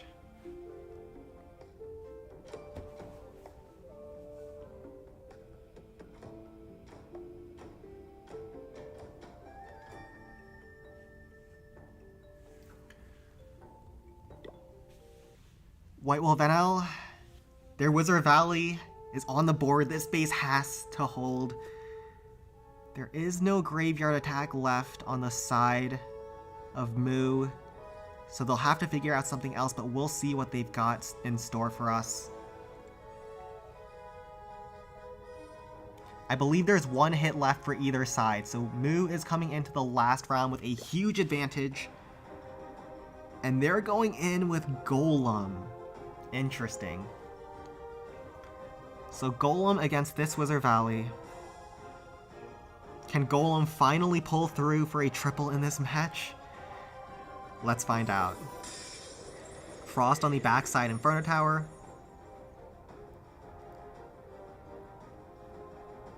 And I think he comes in with Golem down south. Yes, he does. He spells a little deep inside the base, and he's trying to get his other troops like the Hogs and those Larry Barrels haste up as well. Hog Rider stun the defense on the approach. Tesla there to stop any funny business around that Inferno Tower. Cannon Cart will also distract that Golem. Bomb blows up the Larrys. Another giant bomb blows up another Larry. He has only a couple of Hogs left to distract. Golem gets locked onto, but he does have the Zap spell. He has funneled his Golem into the Inferno Tower successfully, so he'll use the Zap spell to make sure his Golem can stay alive.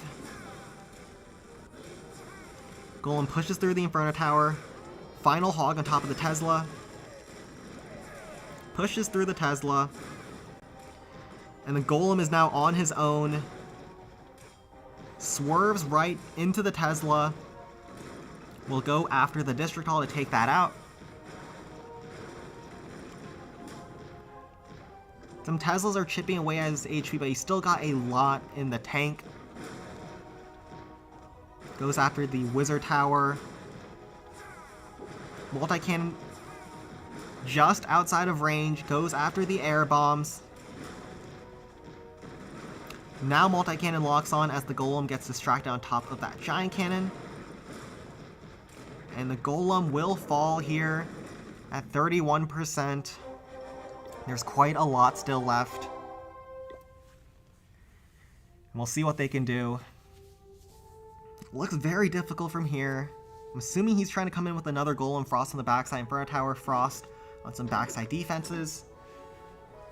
I think as long as he gets a 73-ish % 2-star, he does force the triple out of White Wolves that they want to win, though.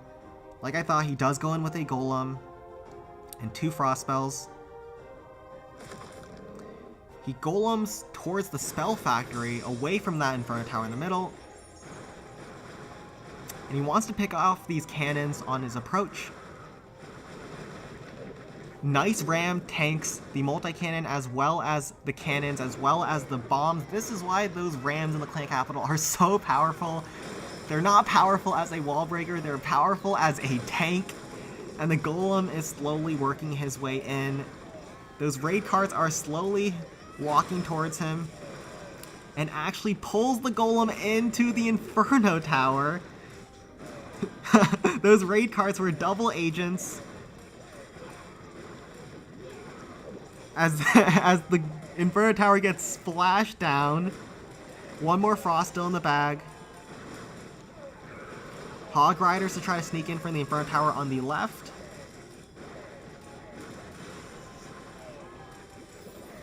Frost on the backside, Giant Cannon. Golem is getting lower and lower. He is going to reach the 73% threshold though. No problem, but the question is, does he have a 3-star here? No more hogs to deploy, it's all up to the golem from here. A lot of point defense on the backside. Golem's at 40% HP. Those hog riders are going to get killed by some traps. So it looks like this Wizard Valley will hold. Goblin Mines is the last district for White Wolves NL. They don't have a graveyard attack left in the tank, and they have to triple. Triple or lose.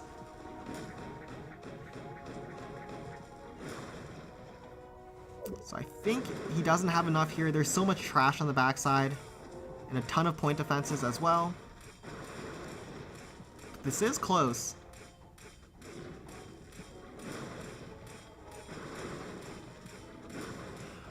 Wait, does he have it? Any Troll Teslas? No, there are not. Did I call this one too early?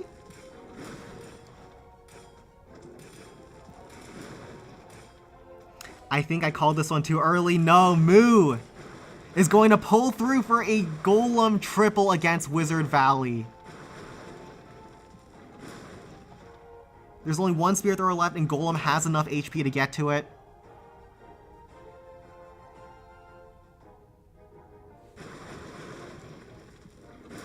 Moo finishes off the trash huts. The Golem is marching his way to the Spirit Thrower. It's not a time fail. Golem has enough time to grab the Spirit Thrower, and Moo takes down the tournament favorites. White Wolves NL will fall here. 3-star against Wizard Valley seals the match. But Goblin Mines is the last base left. And we'll see what White Wolf NL can do.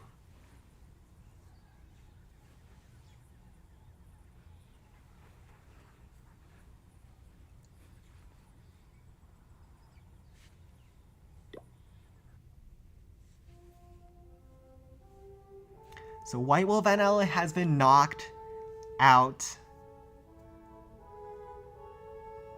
But there's one last district left, and they can show what they can do. They'll be there for the losers match tomorrow, but they have fallen to Moo today. And they're going straight in. Pro Mario is coming in with one last Golem attack. And we'll see what he can do.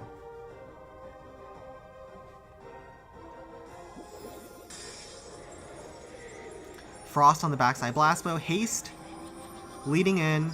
He's going to use the Golem straight into the District Hall, and then a Dragon Bomb on top of the Reflector. Try to grab the Inferno Tower. His Dragon is not in the haste. So this has not gone quite the way he was hoping it to. Tesla Farm pops on the left-hand side as well.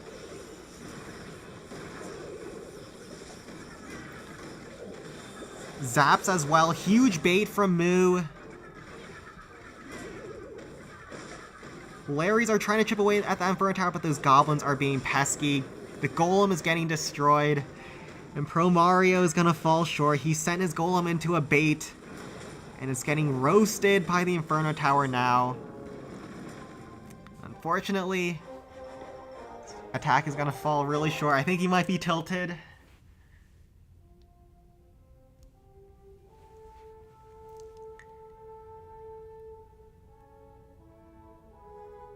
And we'll see how much damage he can do. Obviously, I think a 3-star is off the table at this point. But we'll see how much damage you can do to this base. Yeah, he missed the haste spell on his dragon, so wasn't able to grab the Inferno Tower. I don't think his head is quite in the game anymore. He'll try to finish off with some Super Dragon, some Barrel, see how much damage he can do. Rage Spell leading into the Blast Bow. Dragons will finish off the Inferno Tower from before, and he's just spamming in to get over the last attack.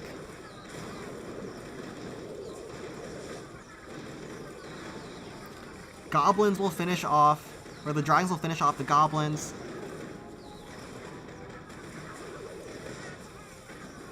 Dragons finish off the Spear Thrower as well as a bunch of Goblins over there. He does grab the 2-star, so disaster avoided.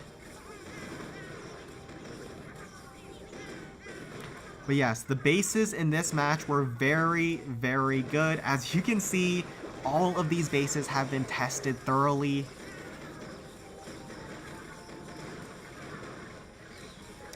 And it seems White Wolf NL will fall as those Dragons grab the Spear Thrower and get shot down at 70%. Nicely done to Moo. They will advance to the grand finals tomorrow. GG to everyone. That match came down to the wire. And we'll get set up for Fons versus Splasher in 15 minutes. But we can watch back some attacks if you guys would like. But I'll probably be taking a quick little break from here as I get some water, get some food, and get ready for the featured match of the day, Fons versus Splasher. That one's going to be a fun one, I am sure.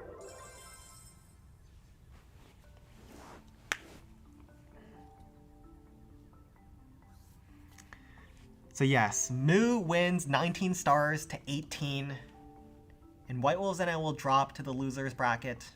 There is no second chances, so we'll be playing in the 3rd place match tomorrow, and then Moo will be going to the grand finals, and we'll figure out who they face soon.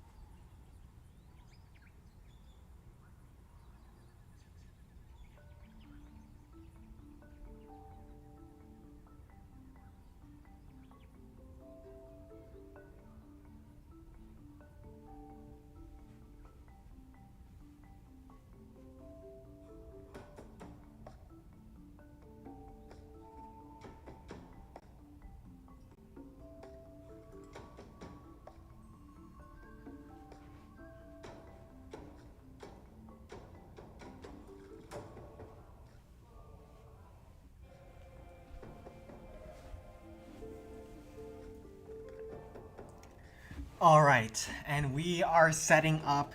The players are coming into the clan. And I am back after drinking some water. That first match was super intense and came down to the very last attack. Let's see what Fons versus Splasher have in store for us. This is the featured match for today. These teams have been in the raid weekend, climbing to the top for very long, neck and neck, and they're finally facing off against each other in a tournament setting. The players are coming in, and once they all come in, we'll start at 10 a.m.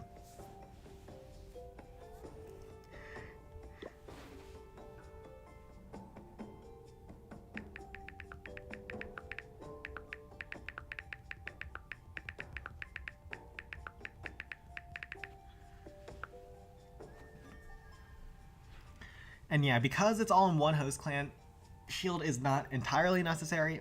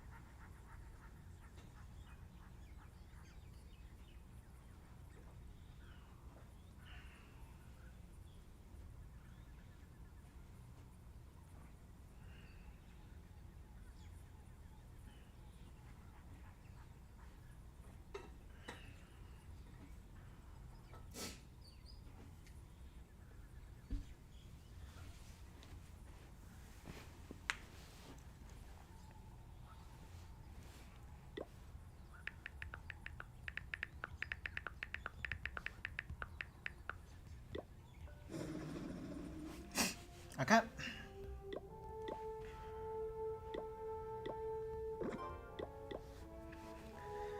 Peak challenge is set up.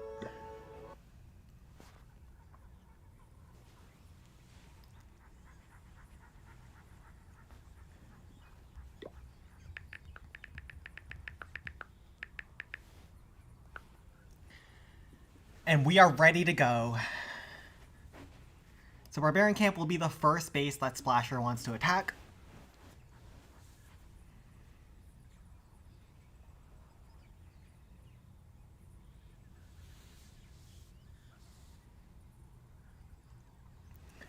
So Fons versus Splasher, here we go. Fons, the crazy Canadians, versus Splasher, the best clan from Germany.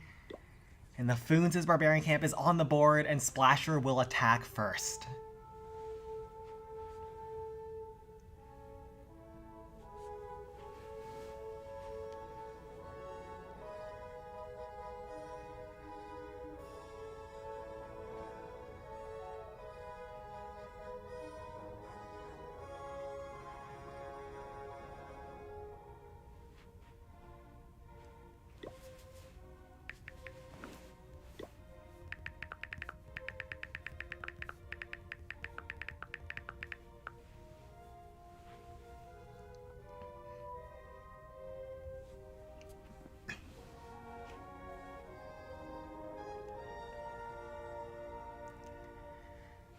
And we are getting set up. Looks like Ironfish is going to go in with their first attack. Coming in with a Golem against Barbarian Camp. Jump spell up the left-hand side. Get the map opened up. Haste leading into the base, Frost on the Giant Cannon as well as point defenses over there. Ram to tank on the approach, Golem to go straight in, Miners up the left flank to tank those spear throwers as well as pick them off and help the Golem get funneled into the base. More Rams to help provide some more distraction as his Miners chip through those defenses on the left flank. First Miner gets blown up by the bomb tower, Hog Rider to sneak in and try to grab the cannon. The Hog Glider actually peels away from the rest of the Hogs though. One Miner is still up, Tesla pops on the left hand side. A lot of DPS on top of that Miner. We'll go down and blow up some buildings over there. Golem is still very healthy as he's chipping through those giants. One last Hog Rider to try to grab that multi-cannon, but the Tesla is preventing that from going down.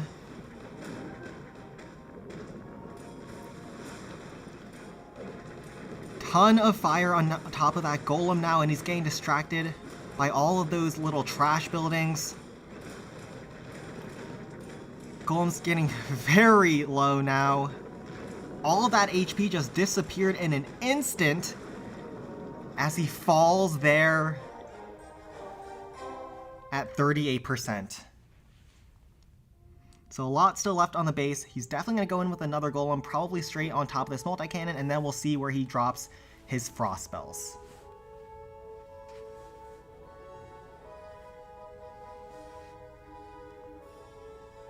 So yes, the match has started. Splasher has only done their first hit against their first base so far. And we'll see if he has enough to finish it off.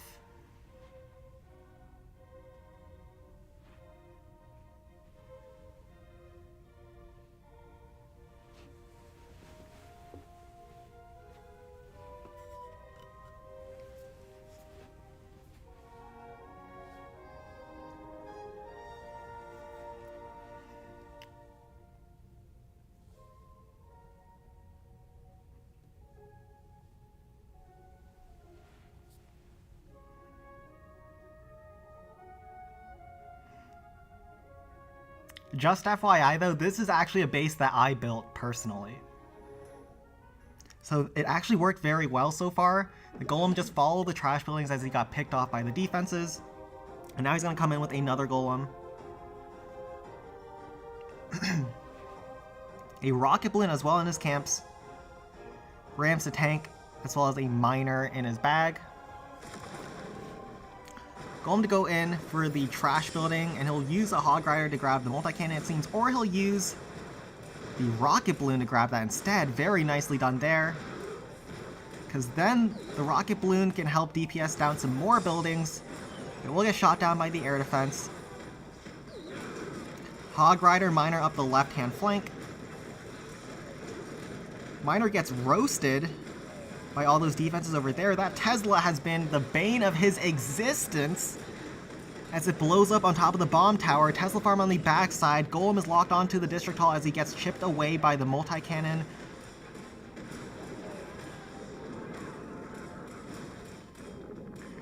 Couple more Rams to help distract. He's not going to have enough to clear all of these backside Teslas though, but we'll see how far he can push. One more Ram to help distract as well. But it's just a matter of how much percent this Golem can get. He has no barbs or anything to try to pick off percent on the space. So it's all up to the Golem to see how far he can go.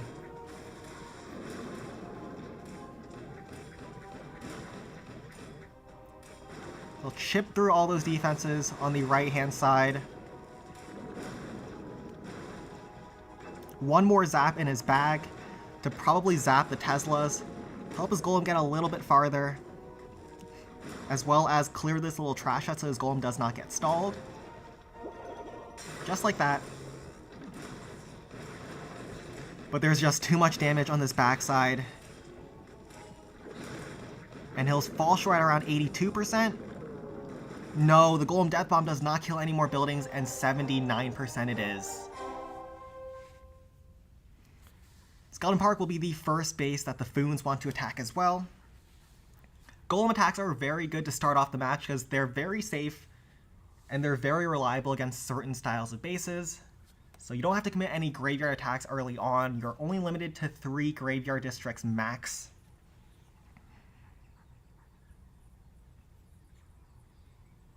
And Splasher's Skeleton Park is on the board. Very interesting approach to the base, leaving the minion hives kind of exposed. Probably a bait of some sort, but we'll see.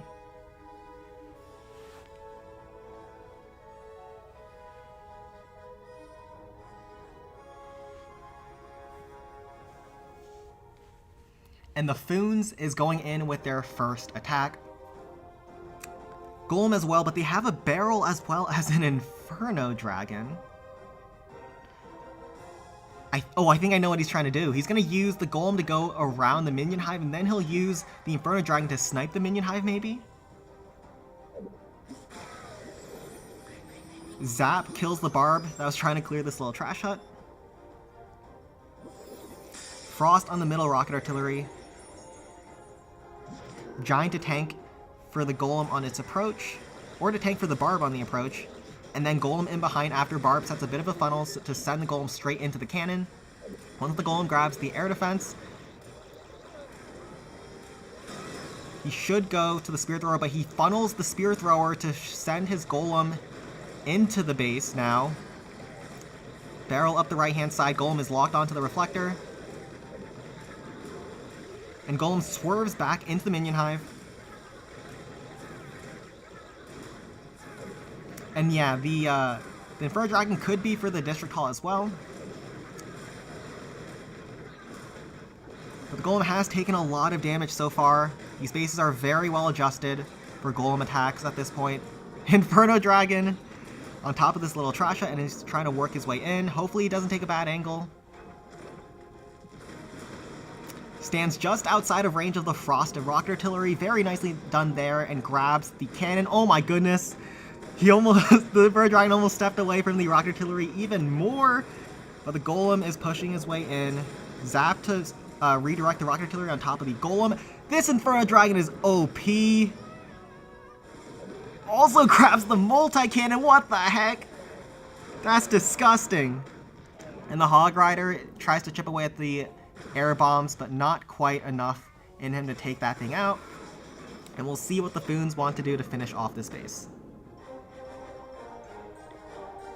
35% so far.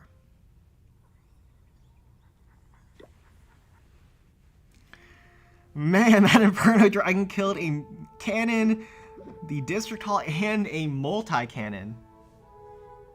Inferno Dragons are so OP. The dumbest AI can sometimes work in your favor sometimes, when it just skirts all the way around the Rapid Rocket and takes so many defenses out.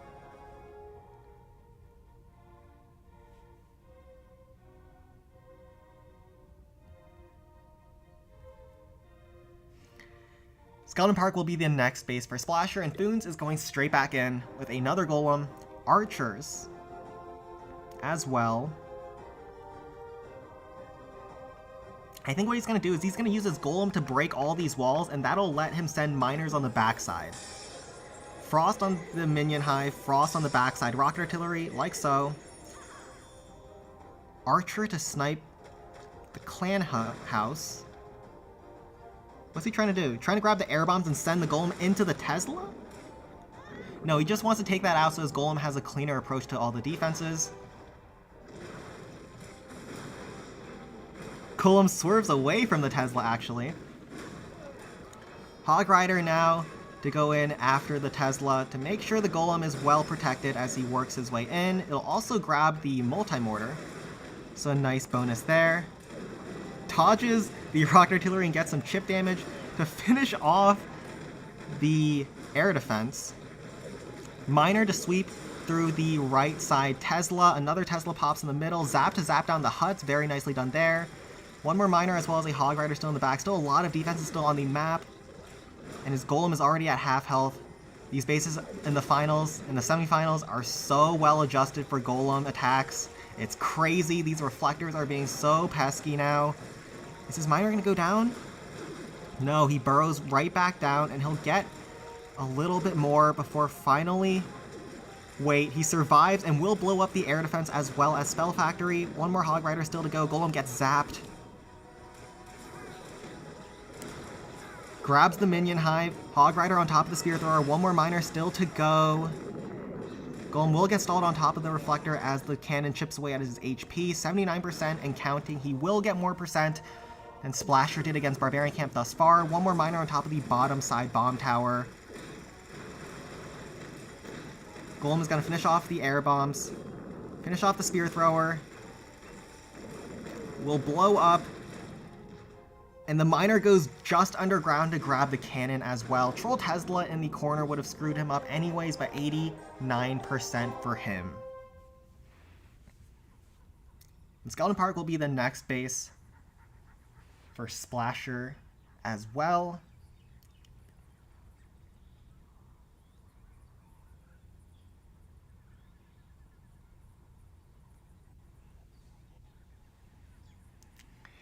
And yeah, some of these Inferno Dragons in this tournament have been crazy. Wuha's Inferno Dragon, absolute meme tier, god tier stuff against that Goblin Mines.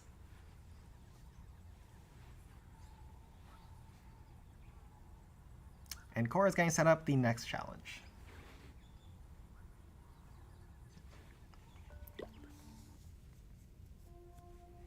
Against Skeleton Park.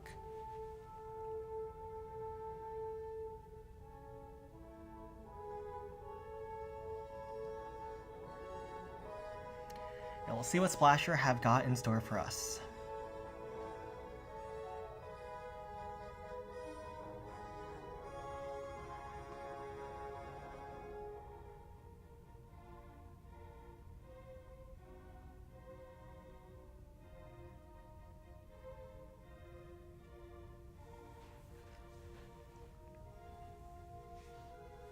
So Skeleton Park is also a big candidate for Golem attacks. So we'll see what Splasher want to do.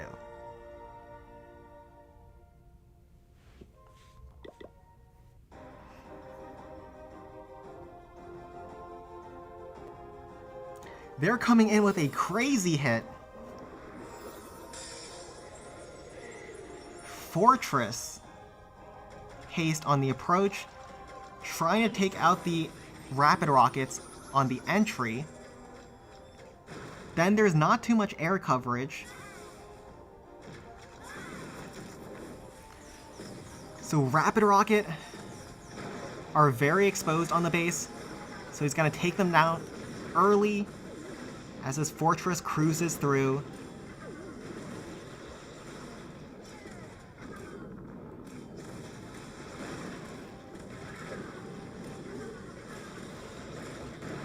So the Fortress just gets so much value on this approach because there's so many ground targeting defenses here.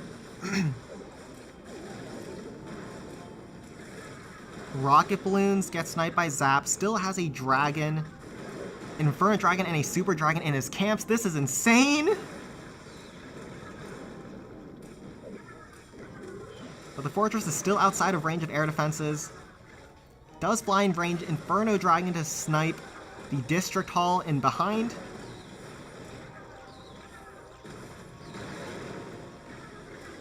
And a Super Dragon to try to snipe the air defense. Miner over top to grab the Minion Hive, it looks like. Rocket Balloon on the right-hand side grabs the Wizard Tower. And his Super Dragon is doing some serious damage. Can it grab that Minion Hive? That would be insane. It does! Wow, great first hit by Splasher, and we'll see how he tries to finish. Very creative approach by him. Exposing a huge weakness to air that was inside the base. And Ruhelos is now looking very strong.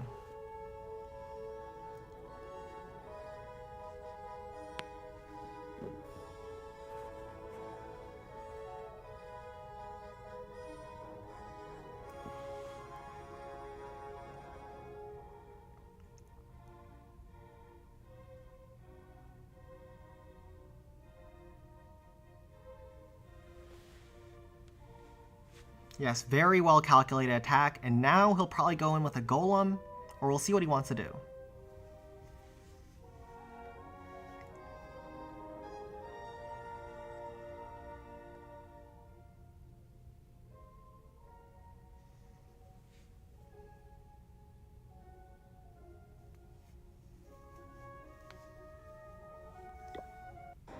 And he's going to try to finish off with a golem now.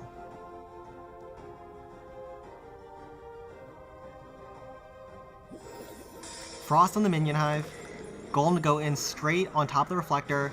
Giant cannon as well as Teslas get tanked a little bit by the ram on the approach. Frost on the backside, big defenses. Hog Rider to stun the Tesla. Another Tesla does pop though, another hog on top of the giant cannon as well. Chip away at that as everything is distracted. Miner to go over top and snipe the minion hive. Nicely done there. Zap kills the hut to funnel the golem into the multi-cannon. Miner does grab the minion hive as well as takes out the cannon in behind. Golem is pretty healthy now.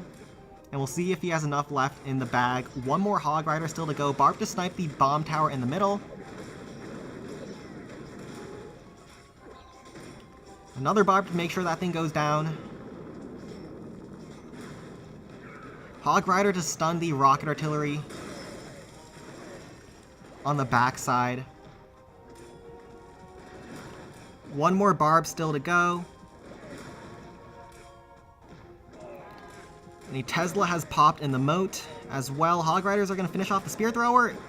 Yes, but the Golem gets sent to the air bombs. And there's quite a lot of damage on him now. He'll slowly get chipped away. And he does not have enough to finish off those last few defenses. But very, very creative idea on that first hit with the Fortress. I think there's too much damage on the backside. Skeleton Park is very annoying when you build it well.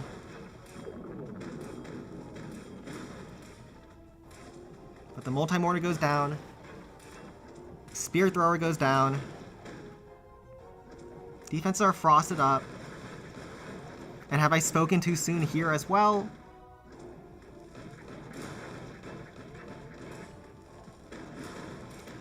So some Spear Throwers left. Some Reflectors as well. This is going to come really close. But the Golem, the mighty Golem, will get zapped down and fall short at 95%. So very nice try from Splasher on that hit. Beautiful first attack. And now Fons are going to go in against Builder's Workshop.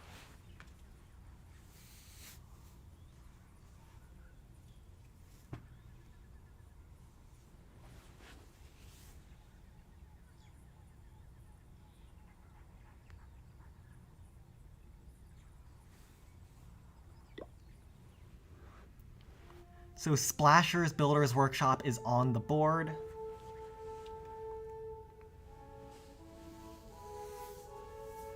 And we'll see what the Fons want to do.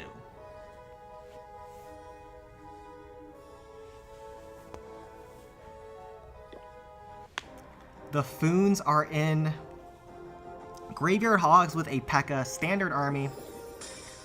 Graveyard tank the Blastbow, try to put it away from the Wizard Tower. Graveyard on top of the Giant Cannon. Tank on the approach. Jump to make sure his P.E.K.K.A. doesn't have to go around all those walls as he sends the P.E.K.K.As down low. Sends in a wave of Hog Riders in behind to get those graveyards going. Crusher will do some damage to him, but he's able to deal with it. P.E.K.K.A. does get locked onto by the Blastbow and is taking a lot of damage now. Tesla in behind the District Hall. P.E.K.K.A's getting absolutely torched by the multi-cannon 2 now. 2 more Hogs to take out the Blastbow. P.E.K.K.A. death damage does help take that out. Finally, some Barbs in behind to snipe the District Hall. Wave of Larry to try to grab it as well, but looks like they'll fall short. As the Barbs try to work through the District Hall. Takes 3 shots from the giant cannons to finish them off, so they do grab it. I don't think he necessarily got as far as he wanted, but we'll see what he tries to do to finish off. He got 43%, but a lot of that 43% were trash buildings on the outside. And Splasher wants Builder's Workshop too.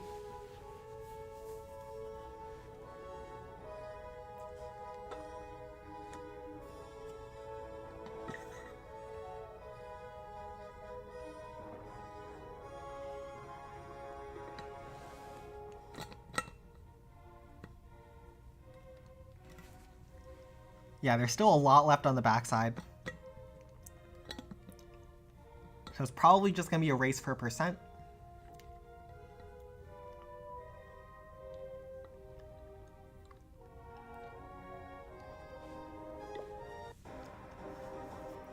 As we head in,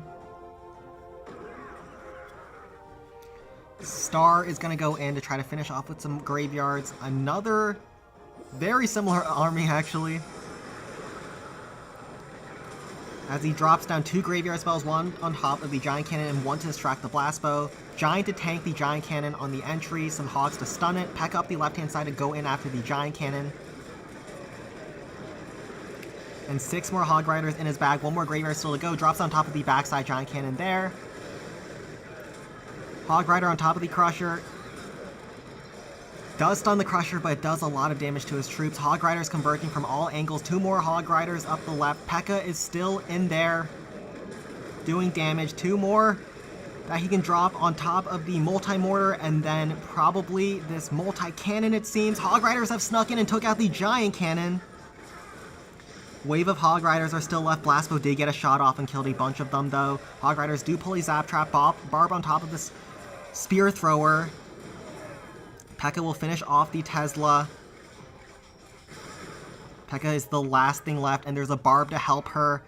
This is so close. Can the P.E.K.K.A one-shot that cannon? 1 stab, no. 2 stab, takes it out. Takes out the spear thrower in 1 shot. How? This is so close. How low is that cannon? Does that damage reach? It does! He triples! What? No way! The death damage from the P.E.K.K.A reaches the air defense and he triples. What? Holy crap! Stars is insane! What? He recovered that? What?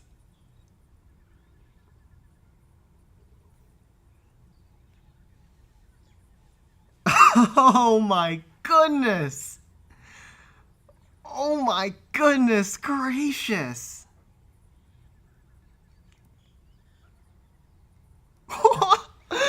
What did I just watch? Bro, I need some time to recover. Splasher is mad. I would be too. That was ridiculous. Alright, next base time. Builder's Workshop for Splasher. Oh my goodness gracious. That hit was very nicely done though. Whoa. Boons is insane. I thought it was over. I thought he was just gonna go for percent. No, he's going for the 3-star.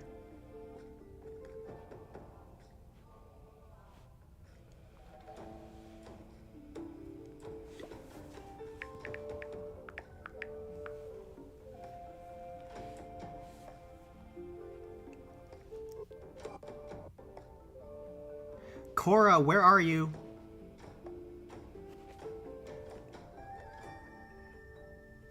I'll set up the challenge.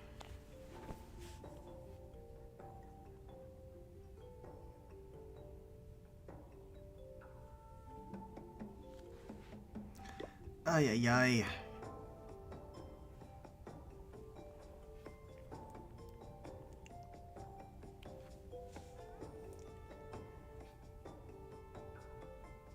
Alright.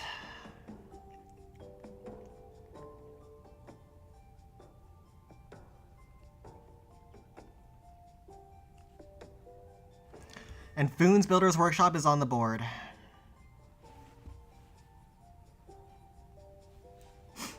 Yeah, we just experienced the craziest 3-star.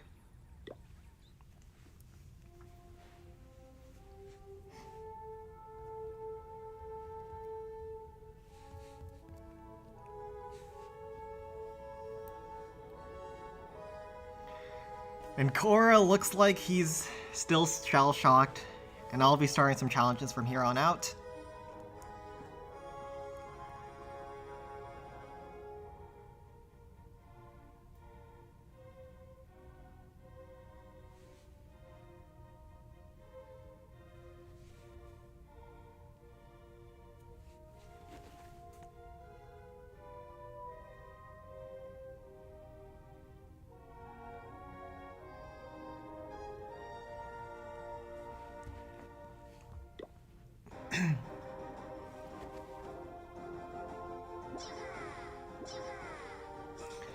And Luca is in from Splasher, going in against the Fons' Builder's Workshop.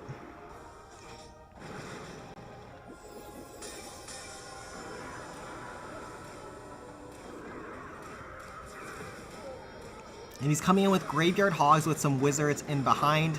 This is the approach that Luca really likes to use. The Wizards get tanked for by the Hog Riders, and the Hog Riders will also get those Graveyard Skeletons going. 3 more Hogs still in his bag.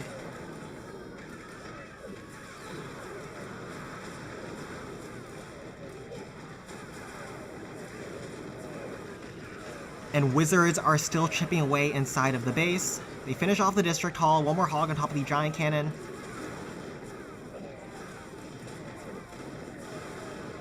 Troops are starting to peter out as he'll get to 52%. Does he grab the Giant Cannon? No, he does not. And he's looking very solid here.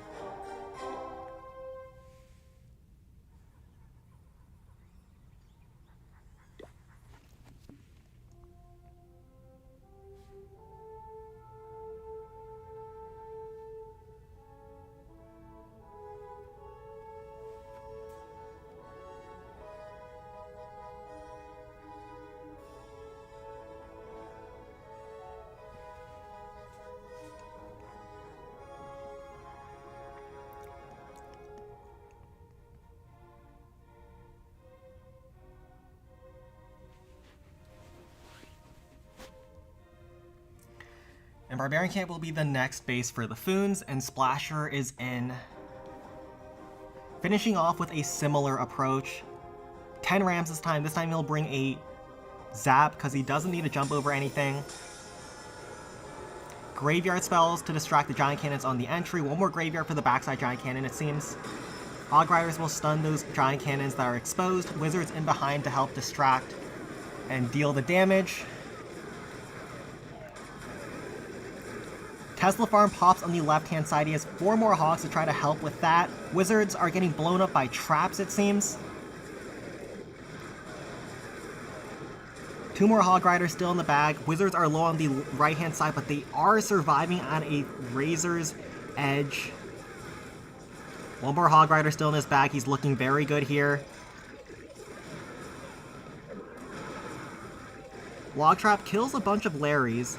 That Giant Cannon has been distracted forever now, and he has 1 more Hog Rider to stun it. And he's looking good.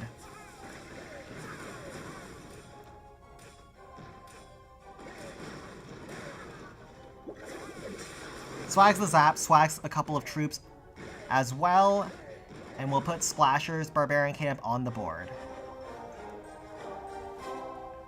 Nicely done to him.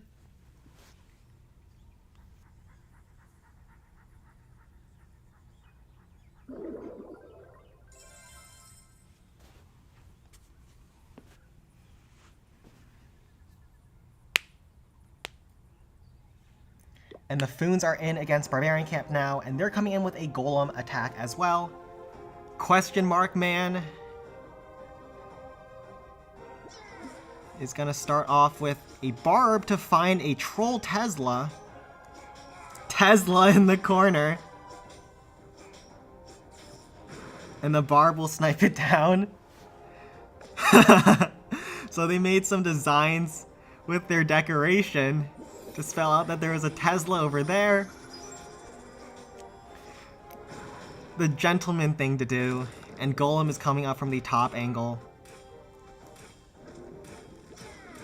One more barb to go in to clear some more trash. As the Golem is going to push his way through those first few cannons on the approach. Miner to help assist on top of the cannon as the Golem is distracted, but the Golem actually turns his way back. The Miner is just going to be underneath, providing some extra damage. Hawk's on top of the giant cannon, and will help the Golem one-shot that thing. A couple more barbs, Miner and a Hog still in his bag. Barb to try to snipe the spear thrower. Can he get it? Yes, just with its dying breath. Spear thrower goes down. Golem is at half HP. Frostspell has not been dropped yet. What? Frostspell on the right-hand side. All those cannons, those are the main damage for the Golem. So he's making sure that his Golem can get as far as possible on this first attack. Miner up the left-hand side will take out the multi-mortar and work his way in. Not too much damage down here. Zap to take out that little hut, and he's using that to expose the backside rocket artillery on the second hit, it seems. One more Hog Rider on top of the cannon from the right. That'll help pick off some of the flanking damage, so the Golem is safe as he slowly works through those final few giants, but the Golem is going to explode on top of the multi-cannon, and there's still a lot left on the space.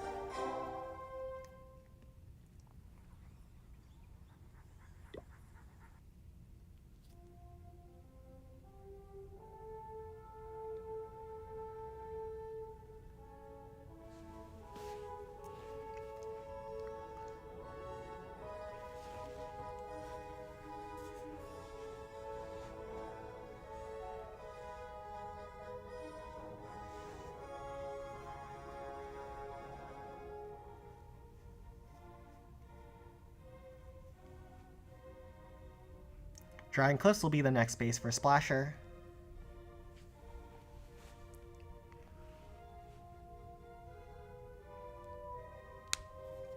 And yes, I had to manually input all these decorations. There's so many different kinds of trees, though. And it's hard to figure out which one is which.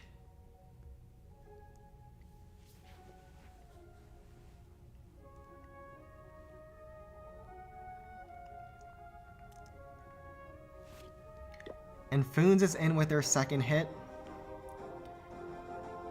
Haste Sparky. Oh boy. So let's see what he can do with this strategy. So 2 frost spells to help slow down the defenses on the Sparky's approach. Sparky into the haste spell to make sure she goes fast.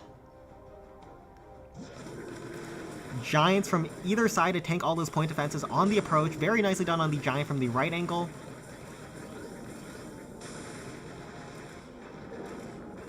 Help keep everything distracted, and then a Hog Rider to finish off those defenses. Rocket Artillery locks onto Sparky, but Sparky will chain down the Rocket Artillery with this next blow, then finish off the Spear Thrower, and those Giants are low from the Minor Death Bomb, so boom, that goes down. P.E.K.K.A. in behind to help assist. Giant to tank the multi-cannon. P.E.K.K.A. will help sweep through for that Rocket Artillery. Does the Sparky also help? No, Sparky goes after the bomb tower. 7 barbs left in the bag. There is a Tesla back here, so he needs to be careful in case of a potential 1-star.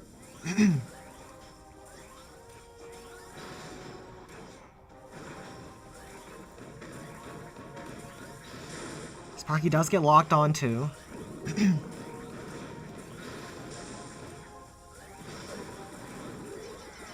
And he's just going to use a bunch of barbs to secure the Tesla after the multi-mortar locks onto that one Barbarian. Also finishes up the Tesla for him. which is nice. Sparky does get a couple of nice chains off though, and damages down that that giant cannon quite a bit. This was a very beautiful attack, by the way. These tankings were almost perfect. Sparky gets one more shot, stun the multi-cannon, and she will go down at 93% once the Barb finishes that thing off. So I think Fons have a little bit more percent right now, but the match is very close. And Dragon Cliffs will be the next base, so we'll put that on the board.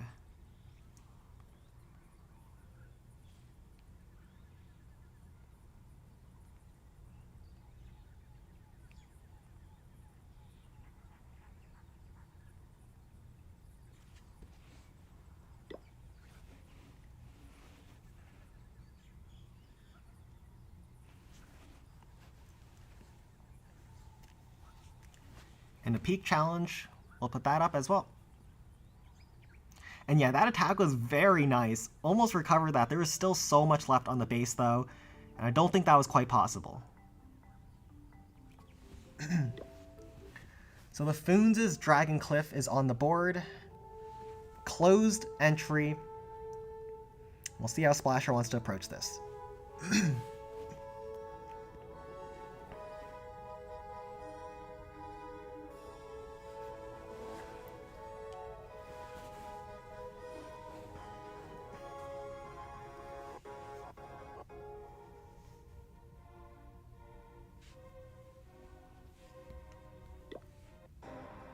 Splasher is now in. Brian's coming in with archers, rage, 2 Inferno Dragons, and a miner. Miner down low. Barb tanked the Zap Trap. Very nicely done there. Jump over top to open up the map, and the miner will blow up this cannon. So perfect approach so far. Archers will snipe down the spear thrower, and that will open up the map for deployment down low. Rocket Loon snipes the air defense.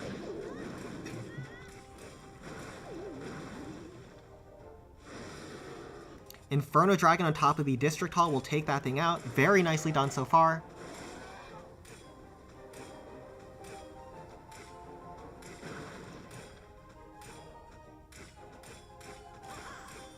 Now the map is opened up so he can get in with his archers into this left side compartment. Rage leading in, barrel to tank for an Inferno Dragon to snipe the enemy super. Nicely done there. Barb finishes off that little hut and he's got 9 packs of archers to go. Zaps to zap down that far side dragon post.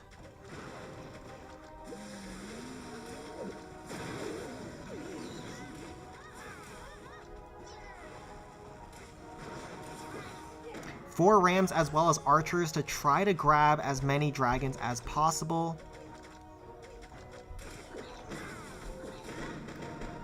Six left. He's got to start using those rams.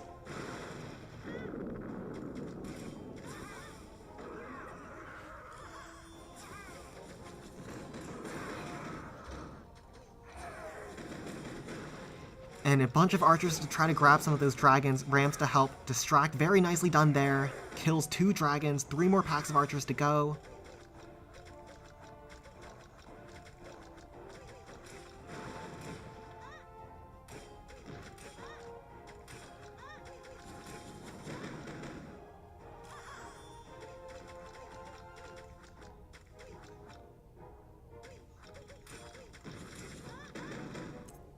Can't quite get an angle on that dragon side of that rage spell, so those archers are just slowly trying to chip away at it.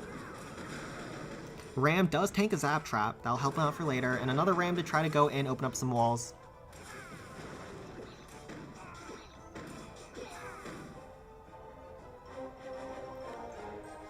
And he'll finish off at 30%, but he's looking quite solid, I think.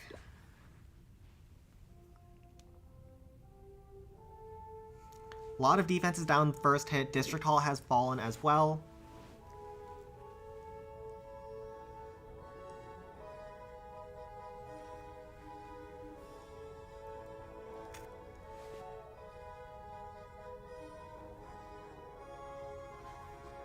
Maybe could have dragged the dragon with rams in a rage. I don't think he had quite enough rams, and this dragon was quite far away.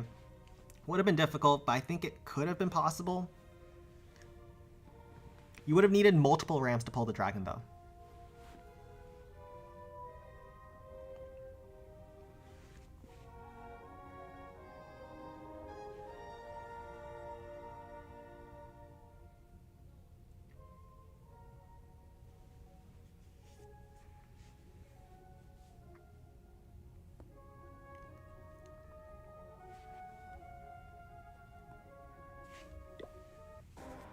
And Splasher is in. Golem attack. Only 2 Inferno Dragons to try to kill enemy supers.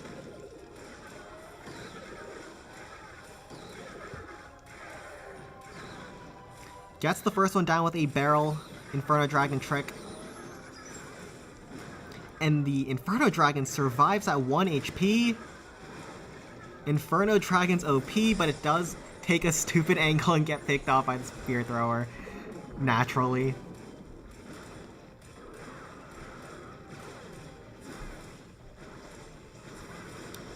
Golem gets locked onto by the Inferno Tower, but he will walk outside of range. Barb is going to finish off the spear thrower. And he'll have a zap to reset the Inferno.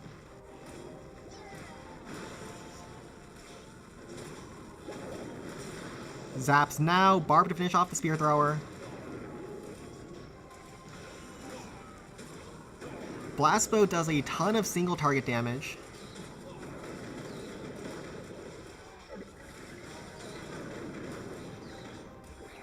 But he snipes another super with an Inferno Dragon. Golem is getting low, but he is approaching the Blastbow now. Air Bombs will finish off the Inferno Dragon, so there will be a Super Dragon still left, but it is in the corner, so maybe he can finish off all the other buildings. But Golem is getting low, and there are still some defenses still on the map. Golem, he'll wrap around into the Air Bombs, and he'll walk into his doom as he approaches the enemy Super.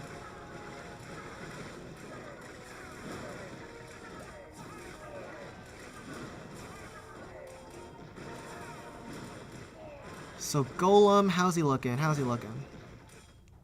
We'll finish off the little trash huts.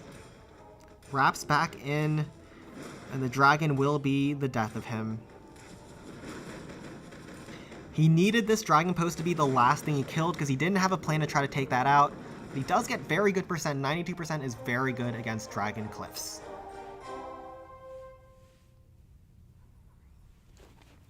And Balloon Lagoon is the next base that the Fons want to hit.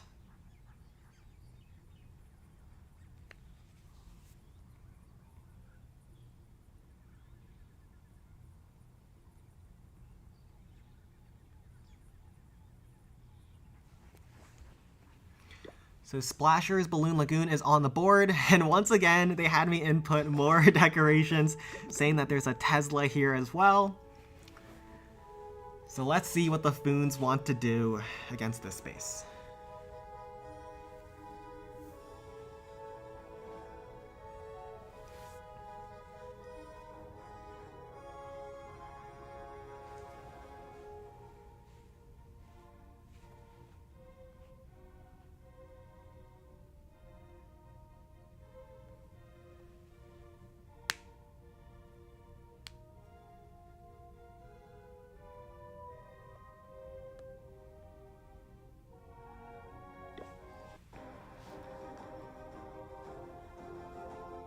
And the secret is coming in. What? 4 carts, 9 giants. This is an approach that the Chinese really like to do, where they go a lot of giants with their cannon carts. It's going all the way around the base. 2 carts on either side to try to work their way in.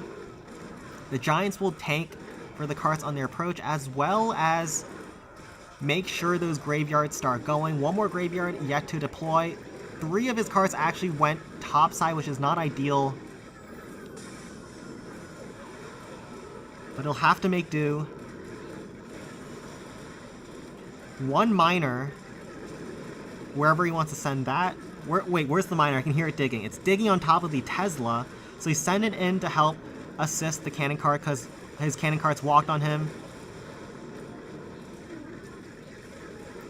So his cards are going to work through the Inferno Tower.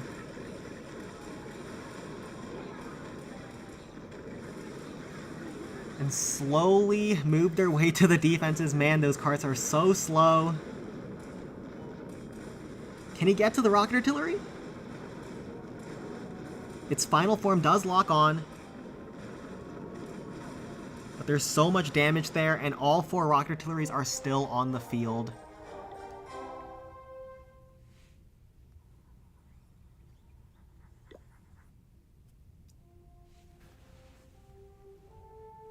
And we'll see what he wants to do.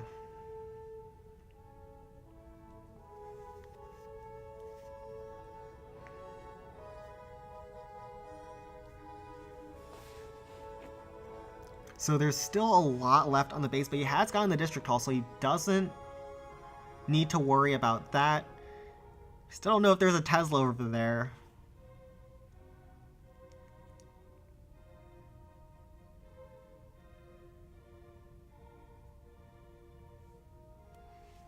Yeah, and it's not going to be quite good enough, I don't think. As he comes in with 2 P.E.K.K.A.s, Frost, and 2 Graveyards. Yeah, 4 rockets are very tough. You can freeze 2 of them at once on the left-hand side, though. 1 Graveyard is tracked, this Rocket Artillery, and 1 Graveyard for the backside Inferno Tower, and he's going to try to go in with a fast approach. He'll try to swarm the base as quickly as possible with Graveyards. Peck up the left-hand side, peck up the right-hand side, and Hog Riders will get those Graveyards moving. P.E.K.K.A. actually walks away from the Rocket Artillery on the left now, so he drops some Hog Riders to try to sneak in. 5 more Hogs still in his bag.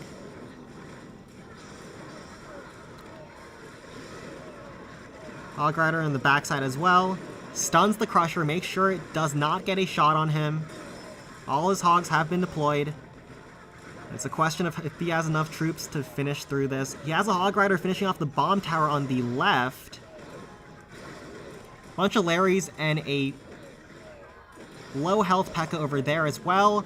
The Larrys are tanking, but a log trap will slice through them. And it all comes down to how many traps are back here. So many Larrys.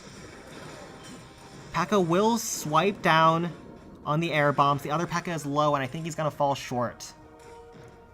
So nice try to him. We'll see how much percent he can get, though. Cannon is locked onto that P.E.K.K.A.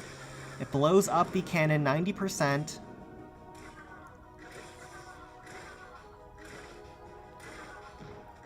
As the Larrys chip down the spear thrower, make their way to the little hut down low. Bomb blows up a bunch of Larrys and it'll fall short at 92%. So there was not actually a Tesla on the right-hand side, though. Bit of a troll. And Wizard Valley will be the next base that Splasher want to hit.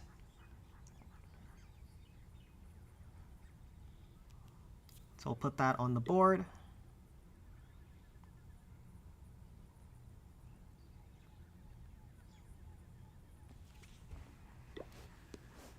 And let's see what Splasher want to do.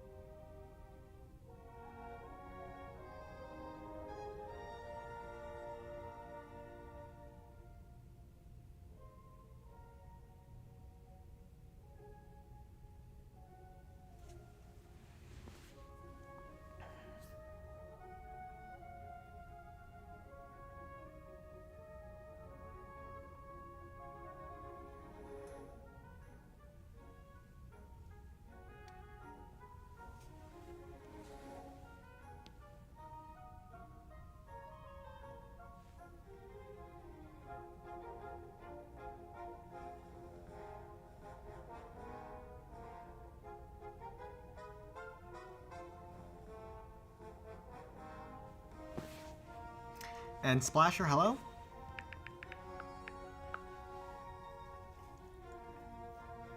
Where are you guys? And Splasher is in, going in with 2 Fortresses, 3 Rocket Balloons, Ram, and 2 Frosts. See what they want to do. They miss the air defense with the Frost. Hit the air bombs, as well as air defense with the other Frost.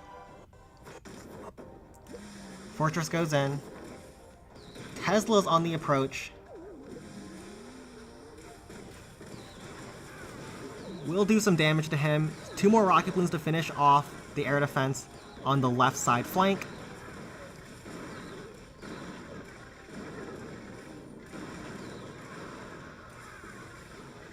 And those fortresses are just going to work their way through slowly side by side.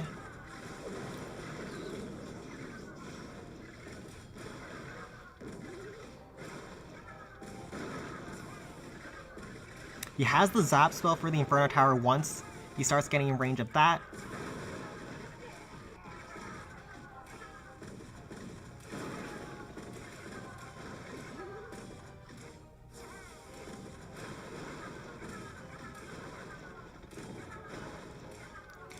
And his fortress does get locked onto, so you can use that at any time. But it's also locked onto by an air bombs. So it's taking a lot of damage right now. Other fortress gets locked onto by an air defense as well. His first fortress will go down to an air bombs shot right there. And the giant cannon will finish off those Larrys before the raid card can go down.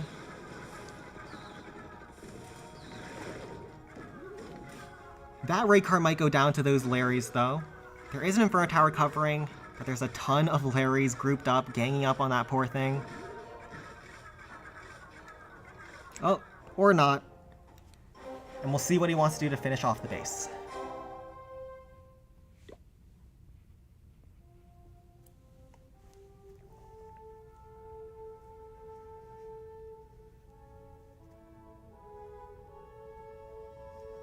So I'm guessing he might just go in with the same approach. Frost on the Inferno Towers, Frost on the air bombs. Let's see if he has enough.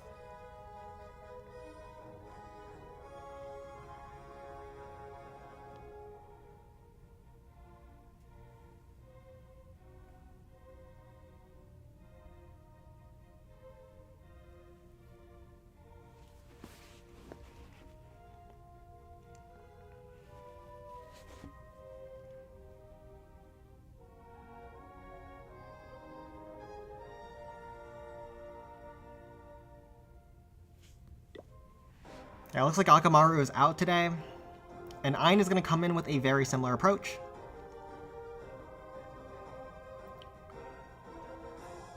Two fortresses, 2 rocket balloons, as well as 2 frosts. Uses the frost spells, 1 for the first air bombs, and 1 for the backside Inferno Tower. He's not using anything for this Inferno Tower, so I'm assuming he's using loons to try to pick it off. We'll see how this does. 1 rocket balloon to sneak in. Try to do some damage and protect the fortress as it goes into the air defense. The main power of this strategy is all in the fortresses though. Air defense. Wizard Valley has few air defenses, so they can just slowly chip away at the defenses from range.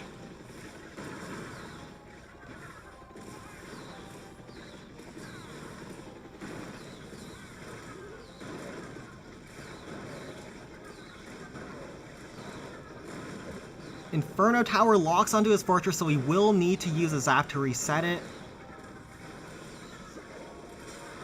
Like so. 1 more rocket balloon left, and 1 more pack of minions to try to secure the backside air bombs as well as Inferno Tower combination.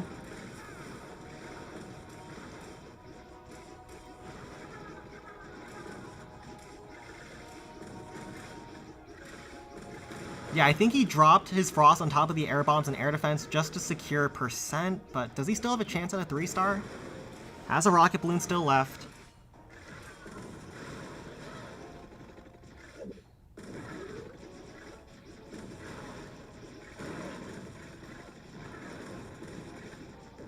And those minions are actually doing some work for him. Rocket Balloon to sneak in. To do some damage, but it will go down. Fortresses group up and the air bombs is smacking away at them. Fortress goes down, sending in a ton of Larry parachutes. Log trap misses. And it's up to the Mannies. Does he have enough on the backside? This is so close. Giant bomb blows up all his Larrys and he's gonna fall short here. Spear thrower will hold the base. And he'll get a 99% 2-star against Wizard Valley. Next base from the Fons is Wizard Valley as well.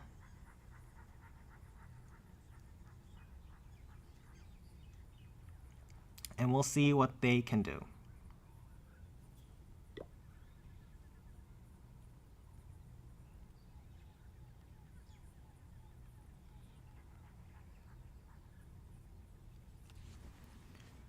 So Splashers' Wizard Valley is on the board.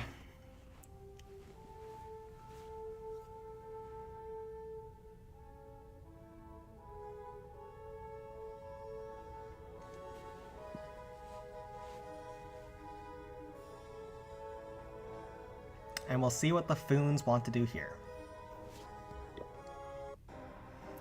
Arona is going in with a similar approach to Splasher.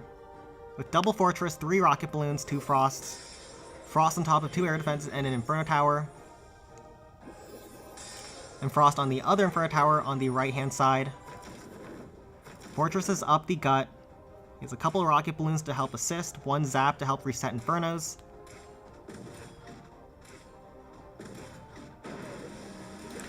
Rocket Balloon to help distract the Inferno Tower on the left as he works his way inside. Larry Parachutes are helping provide distraction for the left side fortress. The right side fortress looks to be in the clear at this point. Those Larry Parachutes are distracting that Inferno Tower for forever. 1 more Rocket Balloon on top of the Wizard Tower. And the right side Inferno Tower is locked onto by the Fortress. 1 Zap if he wants to use it there. But the Larry Parachutes actually finished that thing off. And the Fortresses are working their way left.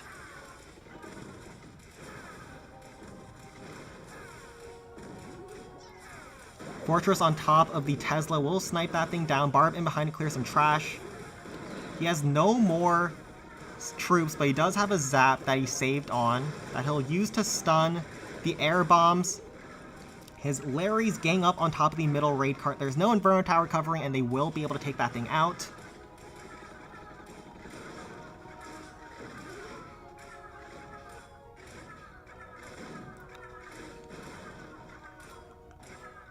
He's gotten 2 Inferno Towers, so we'll see if he's able to finish from here.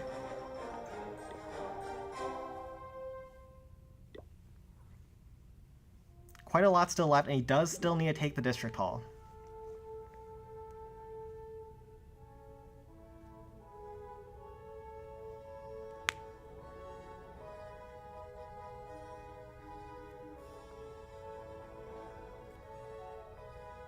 I think he more or less got everything he wanted on that first hit. 3 air bombs up is still quite nasty.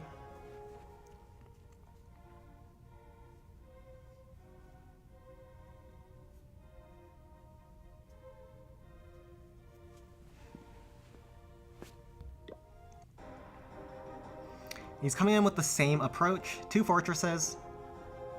Definitely Frost on top of this Inferno Tower, and the other one is up to him, either on the air bombs air defense or the backside air bombs air defense. He sends in the fortress straight in from the back. He wants to secure the District Hall so he has no threat of a 1-star. It'll pick off the cannon and work its way inside.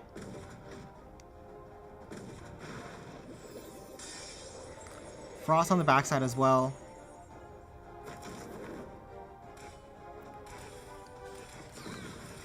Fortress is going into a lot of damage over there. Sends in a Rocket Balloon late, I think. And he uses the zap spell early to make sure the air bombs redirects on top of some Larry parachutes.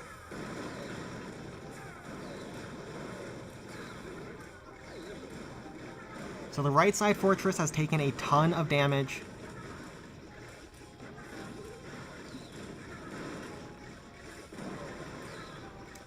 I think he's taken a little bit too much damage to pull through from here. Fortresses are low. Backside Tesla is going to be nasty as well.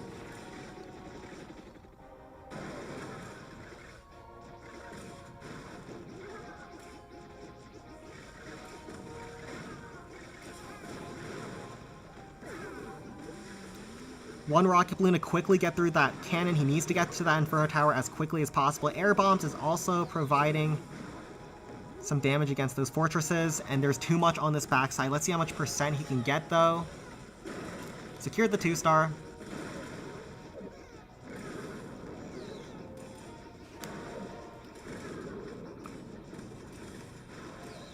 And those fortresses, they're going to fall today. The Wizard Tower will pick off the Larrys as well, and he's going to fall very short, actually, here.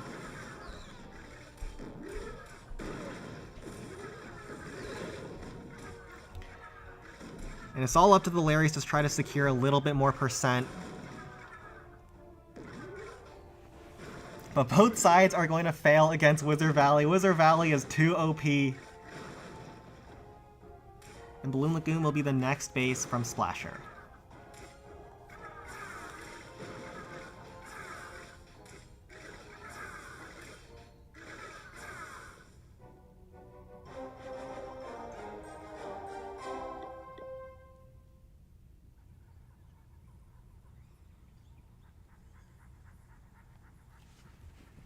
So Fons' Balloon Lagoon is on the board. And we'll see what Splasher wants to go in with.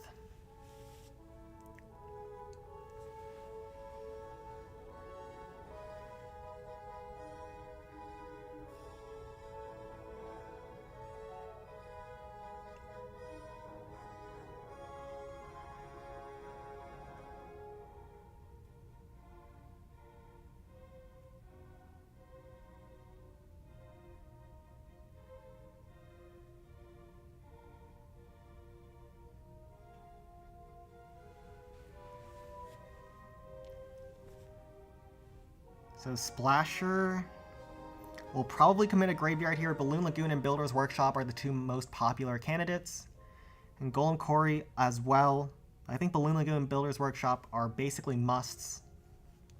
We'll see what Splasher wants to do.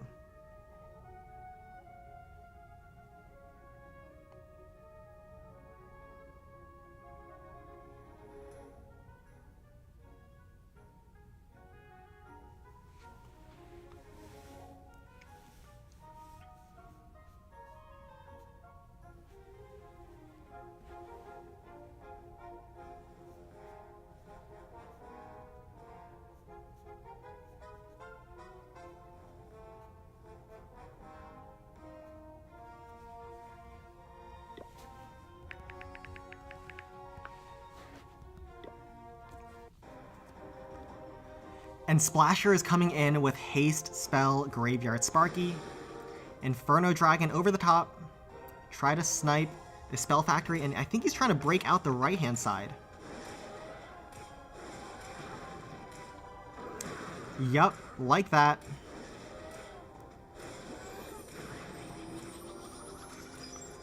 The Inferno Dragon is so OP, dodging the air bombs as well. Now Luca is going to come in with a Haste Spell Sparky attack.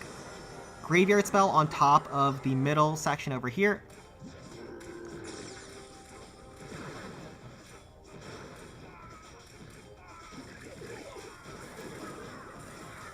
Tesla in the middle. And there's quite a bit of Sparky chain value on the entry.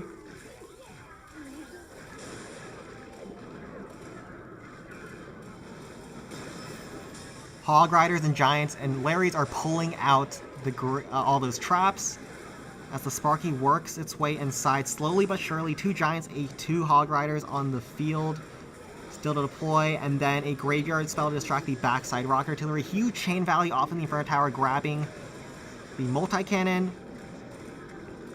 And a couple more distraction troops still to go. Hog Rider as well. Does go inside of the range of that rocket artillery shell. And Sparky is now on her own. A lot of defenses are looking at her and she's taking a ton of damage. Dodges out against 2 rocket artillery shells. And gets a huge chain off on top of the backside spear thrower as well as cannon. But there's a ton of base still left to go. And we'll see if he can recover. There's still a lot left. There's also an Inferno Tower in the middle with 4 rocket artilleries. Who knows? We've seen some crazy recoveries today on Balloon Lagoon already, so I'm not going to doubt it just yet.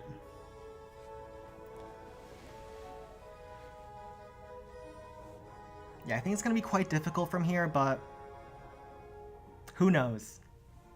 Haste Spell Sparky is a balanced attack.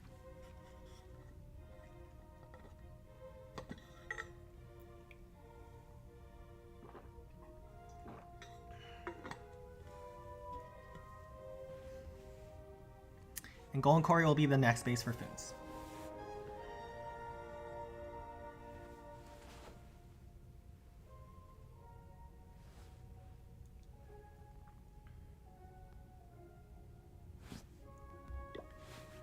Luca, he is back in. Another Haste Spell Sparky attack. Live by the Sparky, die by the Sparky.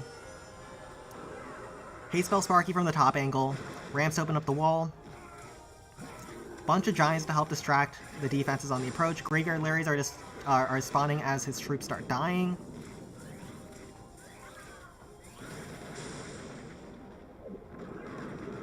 Rams to open up some walls ahead as well as distract. Barb to chip down the multi-cannon, nicely done there. Hog Rider on top of the cannon. Shoots that thing down. Walks onto the next cannon.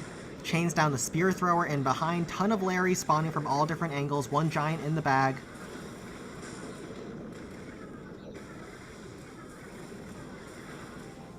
Huge Sparky chain value on the backside of this base, and that's why he went for this attack. Even though he didn't get very much on the first hit, this second hit looks like money. Sparky locks on the Crusher. 2 shots will take that thing out.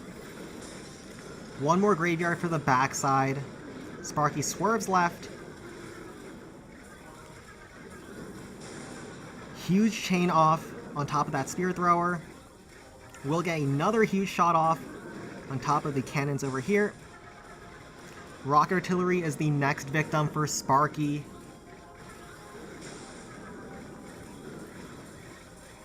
And it will go down. Inferno Tower. Is Sparky in range? He does distract for it with a Hog Rider. 2 shots from Sparky or the Hog Riders chip it down. Hog Riders chip it down. 4 more barbs still to go.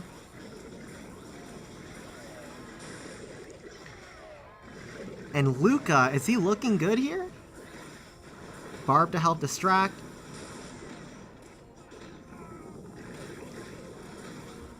Haste Spell Sparky. Sparky getting very low here. Dies to the rocket artillery. Very nice attack, though. He has a Zap spell to secure some percent. There is a Troll Tesla in the corner. So he'll use... Or can the Larrys finish? There's 30 seconds on the clock. I think the Troll Tesla will do him in. A bomb pops and kills the rest of his troops. Larrys will finish off the air bombs, and he's going to get a very high percent 2-star at 98%. Very nice recovery, though. Huge Sparky chain value for that backside. And he almost was able to pull things back. Golem Quarry will be the next base for the Fons. And we will pull that up.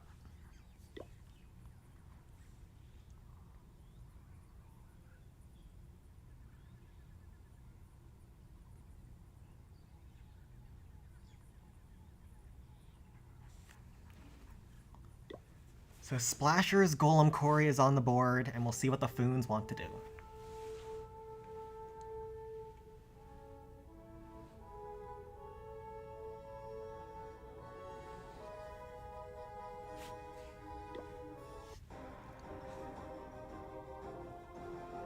And the Fons are coming in. Jump cell at the left-hand side, open up the map.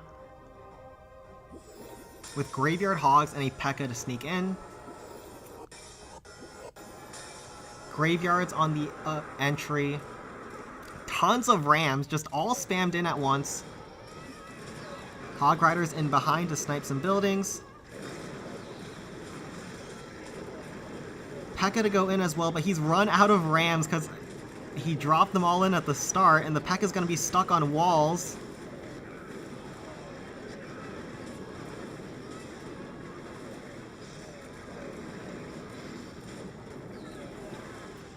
So P.E.K.K.A gets stalled up. He needed more Rams up the left-hand side. Those Hog Riders are quickly getting petered out. And he has one more Barb in his camp. So much still left on this base. Oh dear.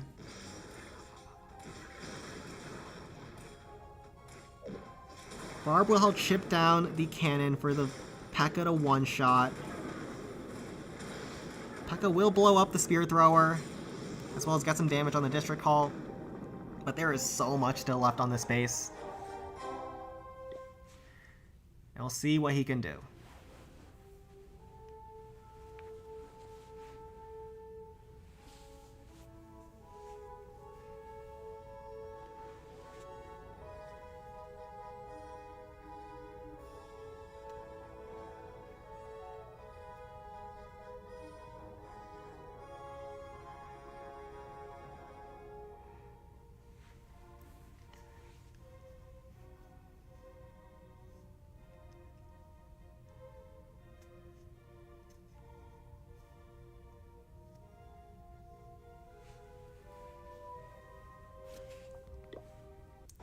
Star is back in.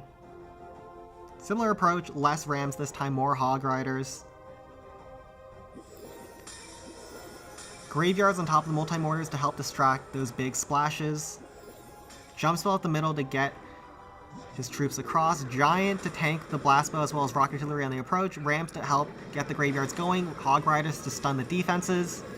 One last graveyard on the backside, rock artillery distract that thing for a P.E.K.K.A to sneak in to take it out. Crushers are going to be very nasty though. Two Hog Gliders to try to make it to that Crusher, but it does get a shot off. I think that's going to be the death of him. So many Hogs are now low.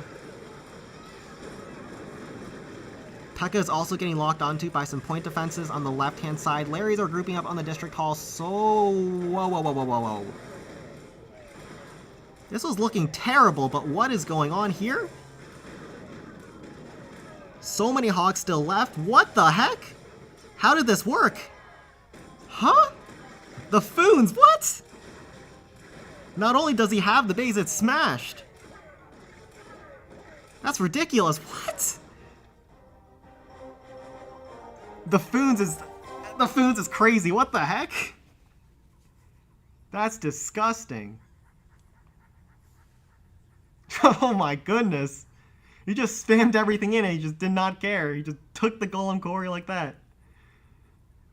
Oh my goodness. Okay, Goblin Mines next for Splasher.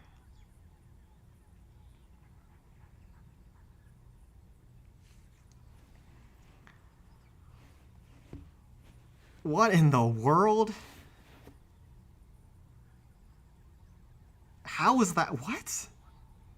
I'm shell-shocked by some of the Fons' pre-stars in this match.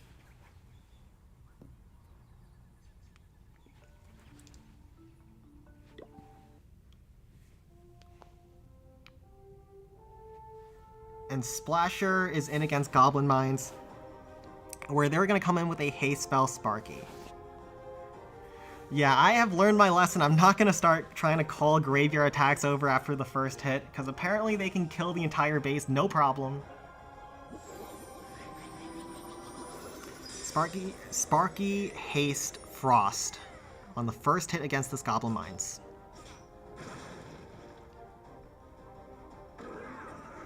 Ram to tank on the approach, Wizard in behind.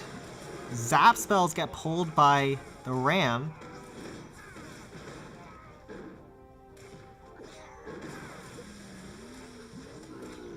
Balloons to finish off the bomb tower from the right. Very nice approach here. Rams to help distract.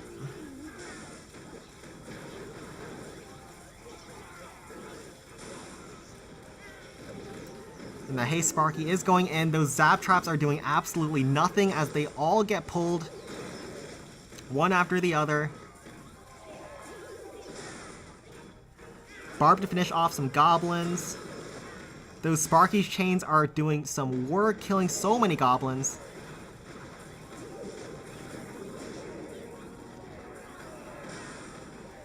Now he sends in some more barbs to kill some more goblins, Zap to kill some of them as well. Sparky's looking very healthy.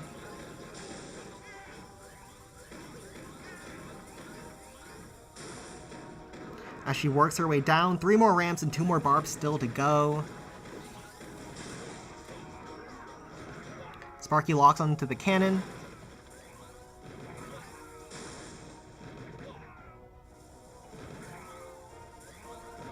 We'll take 2 shots to grab that thing. He's taken out a ton of defenses on this first hit. Ram will help distract. He has 2 more barbs to go. Minion Hive is soon going to be in range. Sparky takes a terrible angle and gets locked onto by the Hive. Barb to clear some trash. Does walk outside of range, though. Minion Hive is opening its lid and closing it back as the Sparky gets pushed into range.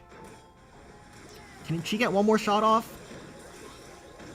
No, she cannot against the cannon, and we'll see how he tries to finish things off.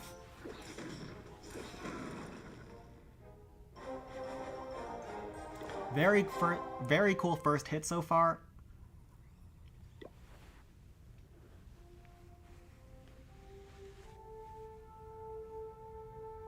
And there's quite a lot of big defenses, but he also got a huge entry with a ton of point defenses, so maybe Golem is an option.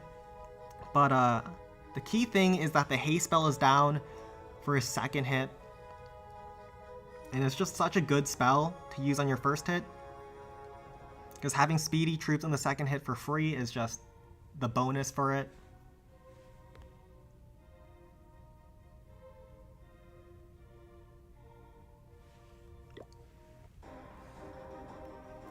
He's going to come in with a Golem. So Golem into the haste spell. Going after the Rapid Rocket. Hog Riders to help support. And then Frost on the backside, Minion Hive as well as Blast Bow. Ram pulls some traps, and then Hog Riders to take out the Spear Thrower from the flank. Goblins are being pesky and pull the Golem away a little bit.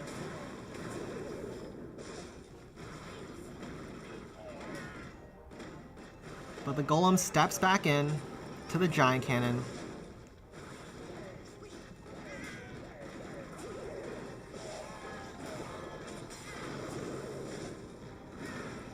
Finishes off the Giant Cannon with the splash of the Golem's hit. One Goblin Thrower down, but those Goblin Throwers are so pesky, I swear on Goblin Mines. Other Goblin Throwers now looking at the Golem. 2 more Hogs, 3 more Barbs in his deployment bar. Uses a Hog on top of the Tesla to take that thing out. But those Goblins are going to finish off those Hog Riders. And his Golem is walking up. More Goblins. Zap Trap pulls.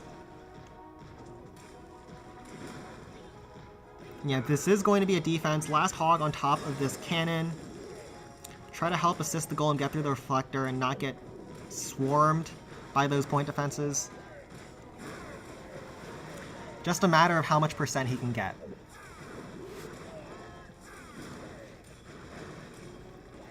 So Golem grabs the little miner hut.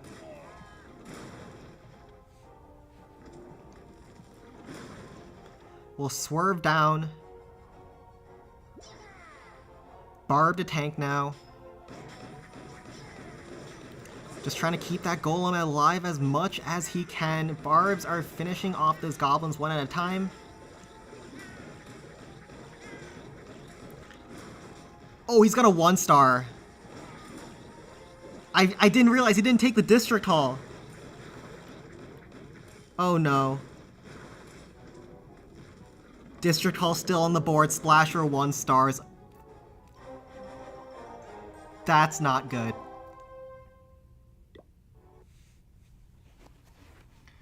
Goblin Mines is the next base for Fons. They're looking very strong in the match now.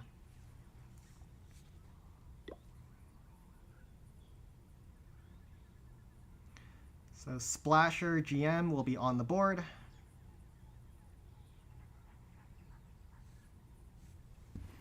We'll see what the Fons want to do.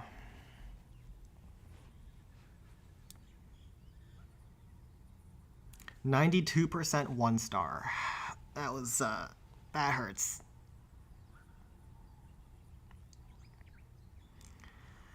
That completely changes the tide of this match. Fons can take a huge lead now, leading into the last round of attacks, and let's see what they've got. They're coming in with Fortress, 3 balloons, P.E.K.K.A. Miner. The Fons are fooning today. What is this army? Fortress down low. We'll take out the air defense.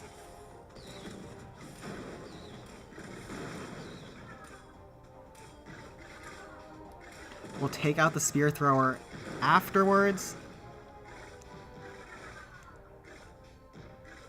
And then slowly chip away at those cannons. Rapid Rocket is still outside of range. What does the Fortress lock onto next? I think the Reflector? Yep.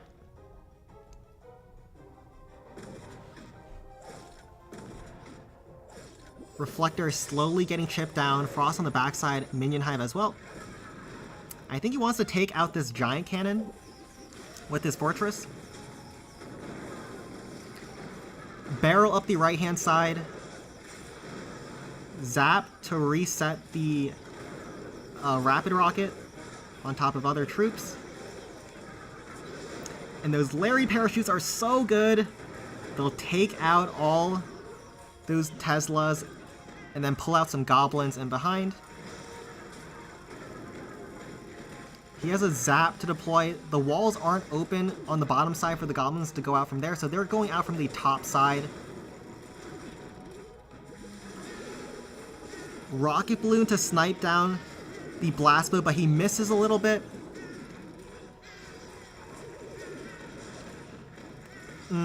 His Rocket Balloon split and he doesn't quite get the blast bow. That's unfortunate.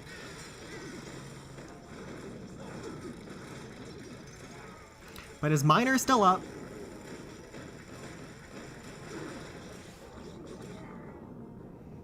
And he's gonna get 33%. I'm pretty sure if Fons 2 stars out though, they will secure the win. They'll see what they want to do. The Fons are a clan that are known to int, so Splasher might still have a chance here. Let's see what the Fons have cooked up. Who is question mark? That is a player for the Fons. His name is actually question mark, as you can see.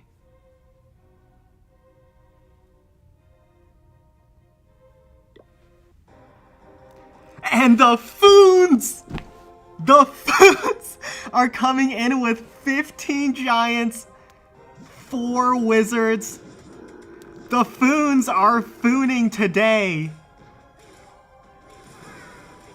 What is this?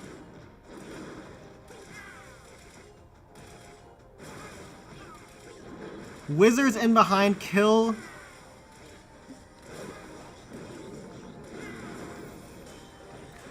all the goblins.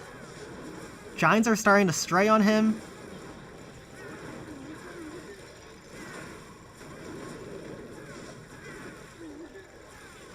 And he has so many giants. What the heck? One more wizard hasn't been deployed. His giants are coming back, though. A miner is sniping the blast bows. Giant smash at Capital level 10? Jump still to get the Giants over to grab the bomb tower in behind. Tesla might start sniping at his wizards though, if his Giants aren't covering. One more heal on the backside, Inferno Tower. Barb to try to snipe through those enemy Giants. Wizards are finishing off the Tesla with the help of the heal spell. Miners are sweeping through as well. Miners are still alive?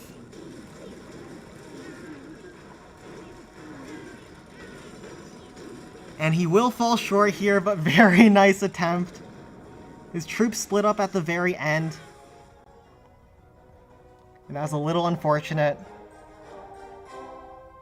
And he's going to fall short at 80%.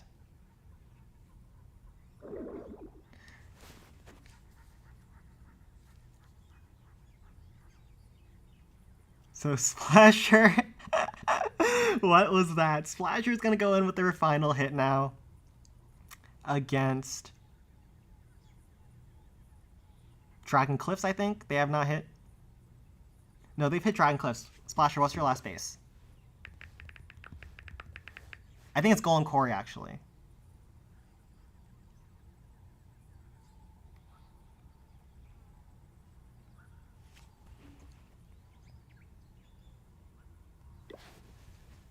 And the Fons is Golem Quarry is on the board.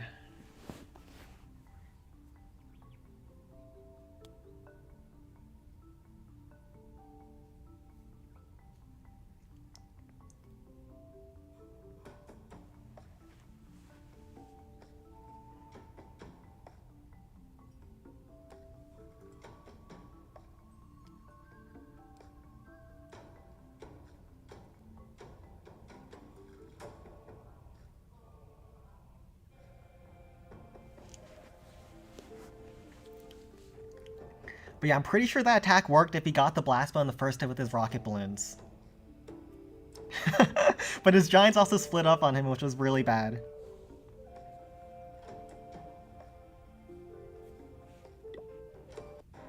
And Splasher is in against the final base. Golem Quarry on the board. Graveyard. 2 dragons, 5 hog riders, 2 miners.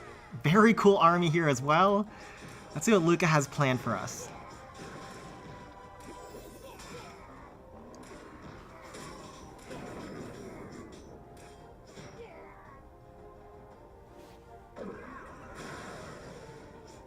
Zap pops on the ram down low.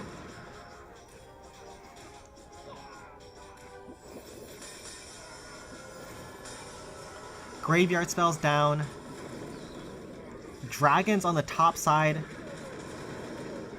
to try to burn through all those defenses that are clumped up.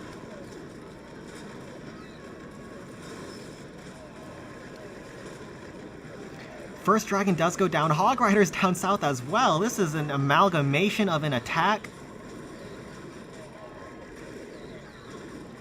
Miners were in behind to assist the Hog Riders too.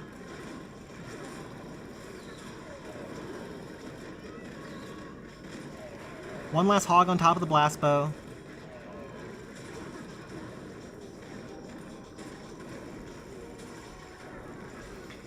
As the cannon does go down, Miner's the last thing standing.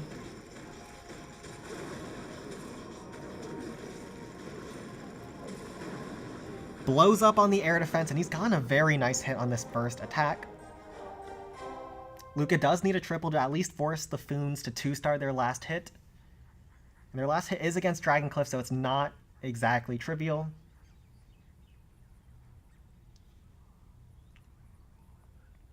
Lifewalker gotta do his hits. I only got goblins. Actually, I can donate. He needs cookies. That means P.E.K.K.A.s, right? Alright. I don't have the last one. Wait, why can't I donate a siege machine? Oh no, it's over here.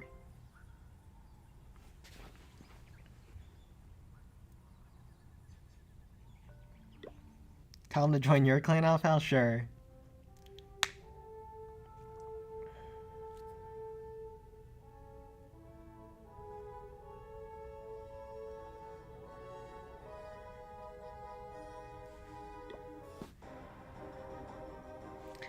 And Luca will try to finish off with a haste spell, Sparky. Haste spell, leaning towards the top left-hand side of the base. Sparky on top of the blast bow. We'll take that thing out quickly.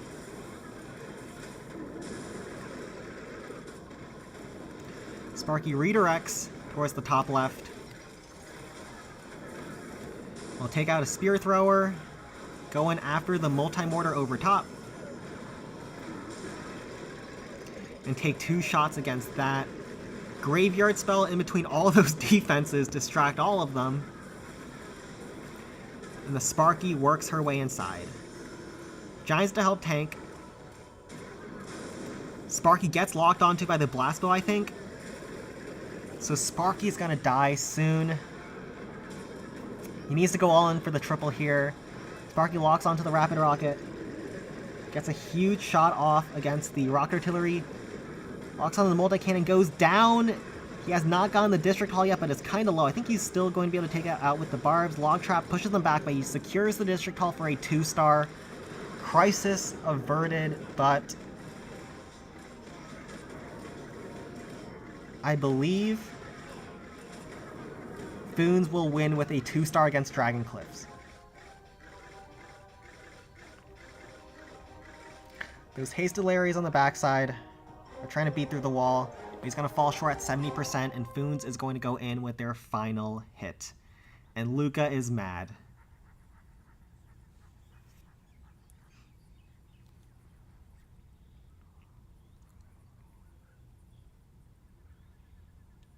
So the final base from Splasher is Dragon Cliffs.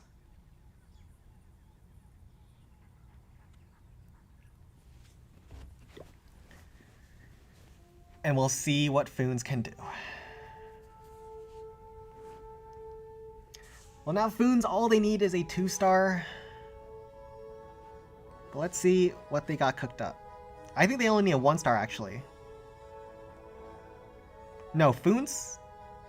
Yeah, I think Fons only needs a 1-star. A high percent 1-star, though. No, actually, no. Any 1-star wins. And Fons is coming in with Archer's 4 jump spells.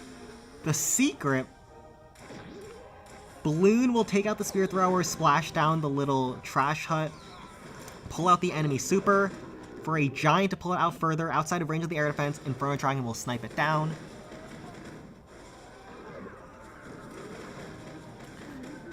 Ram up the right side, Spear Thrower, pull out the next dragon. Slowly just pulling away the dragons one by one. And the Giant will tank. Take out the next enemy super. Very nicely done. Also finish off the Spear Thrower. 2 jumps up the left side to break out. And he's going to try to jump over to the back end.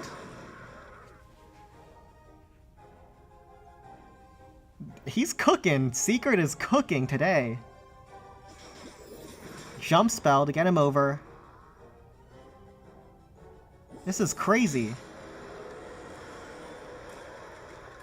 Raged Archers leaning into the blast bow. 2 rocket balloons. After the air defense goes down and the dragon gets pulled away to take out the Spear Thrower, take out a cannon as well. Also clear some trash buildings and open up the map for deployment. Ram to pull the dragon in to those 2 archers, which will finish him off. Rams continuously tank that dragon as he works his way closer inside. Bomb explodes after he kills the super. And he has 5 more packs of archers to maybe secure another dragon after the blast bow. I think that's what he's going for. 4 more archers. Dragon gets pulled out. 2 more packs of archers will finish off that enemy. Secret is so clean. What the heck?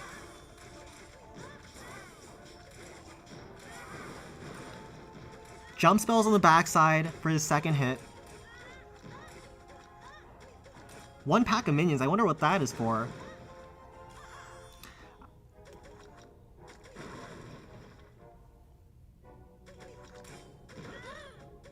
Uses the pack of minions to snipe this little trash hut over top.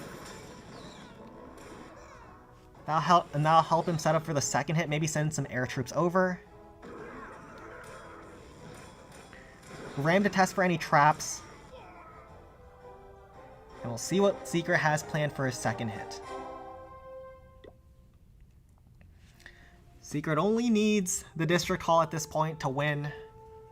And he's already jumped all the way over. There is a little trash hut over here. Maybe he wants to use a ram to try to go for that.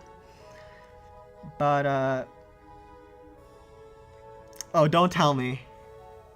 Don't tell me Secret's going for a Sparky hit. I can see it already. Oh, no. The pathing is so good for Sparky. I don't know if Golem works when there's 2 Inferno Towers left, but I'll let the man cook. But yeah, this hit was insane. What has Secret got? He's coming in with Sparky. Oh, God. I mean, surely he'll get 16%, but still. This is crazy. Sparky to snipe the spear thrower over top of the wall. Frost on the backside Inferno Tower.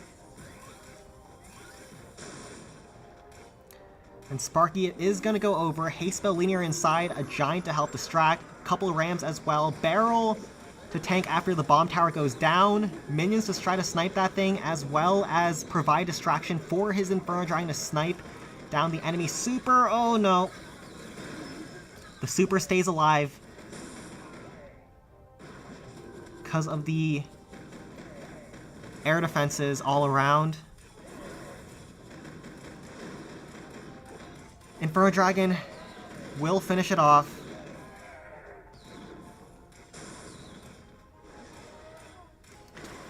And it looks like he might have overcooked. I think Rage Sparky might have been the call here. But he'll get the 2-star. Very fun approach. And that will win the Spoons the match. The first hit was so beautiful though. But he doesn't quite have enough to finish on the second one after things went horrendously wrong for him. The Giant will go down. He'll fall short at 65%, but still, I'd say a nice attempt on that one.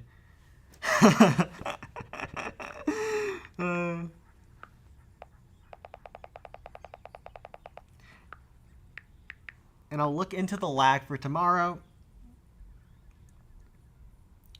But GG to the Fons. The Fons will take the match.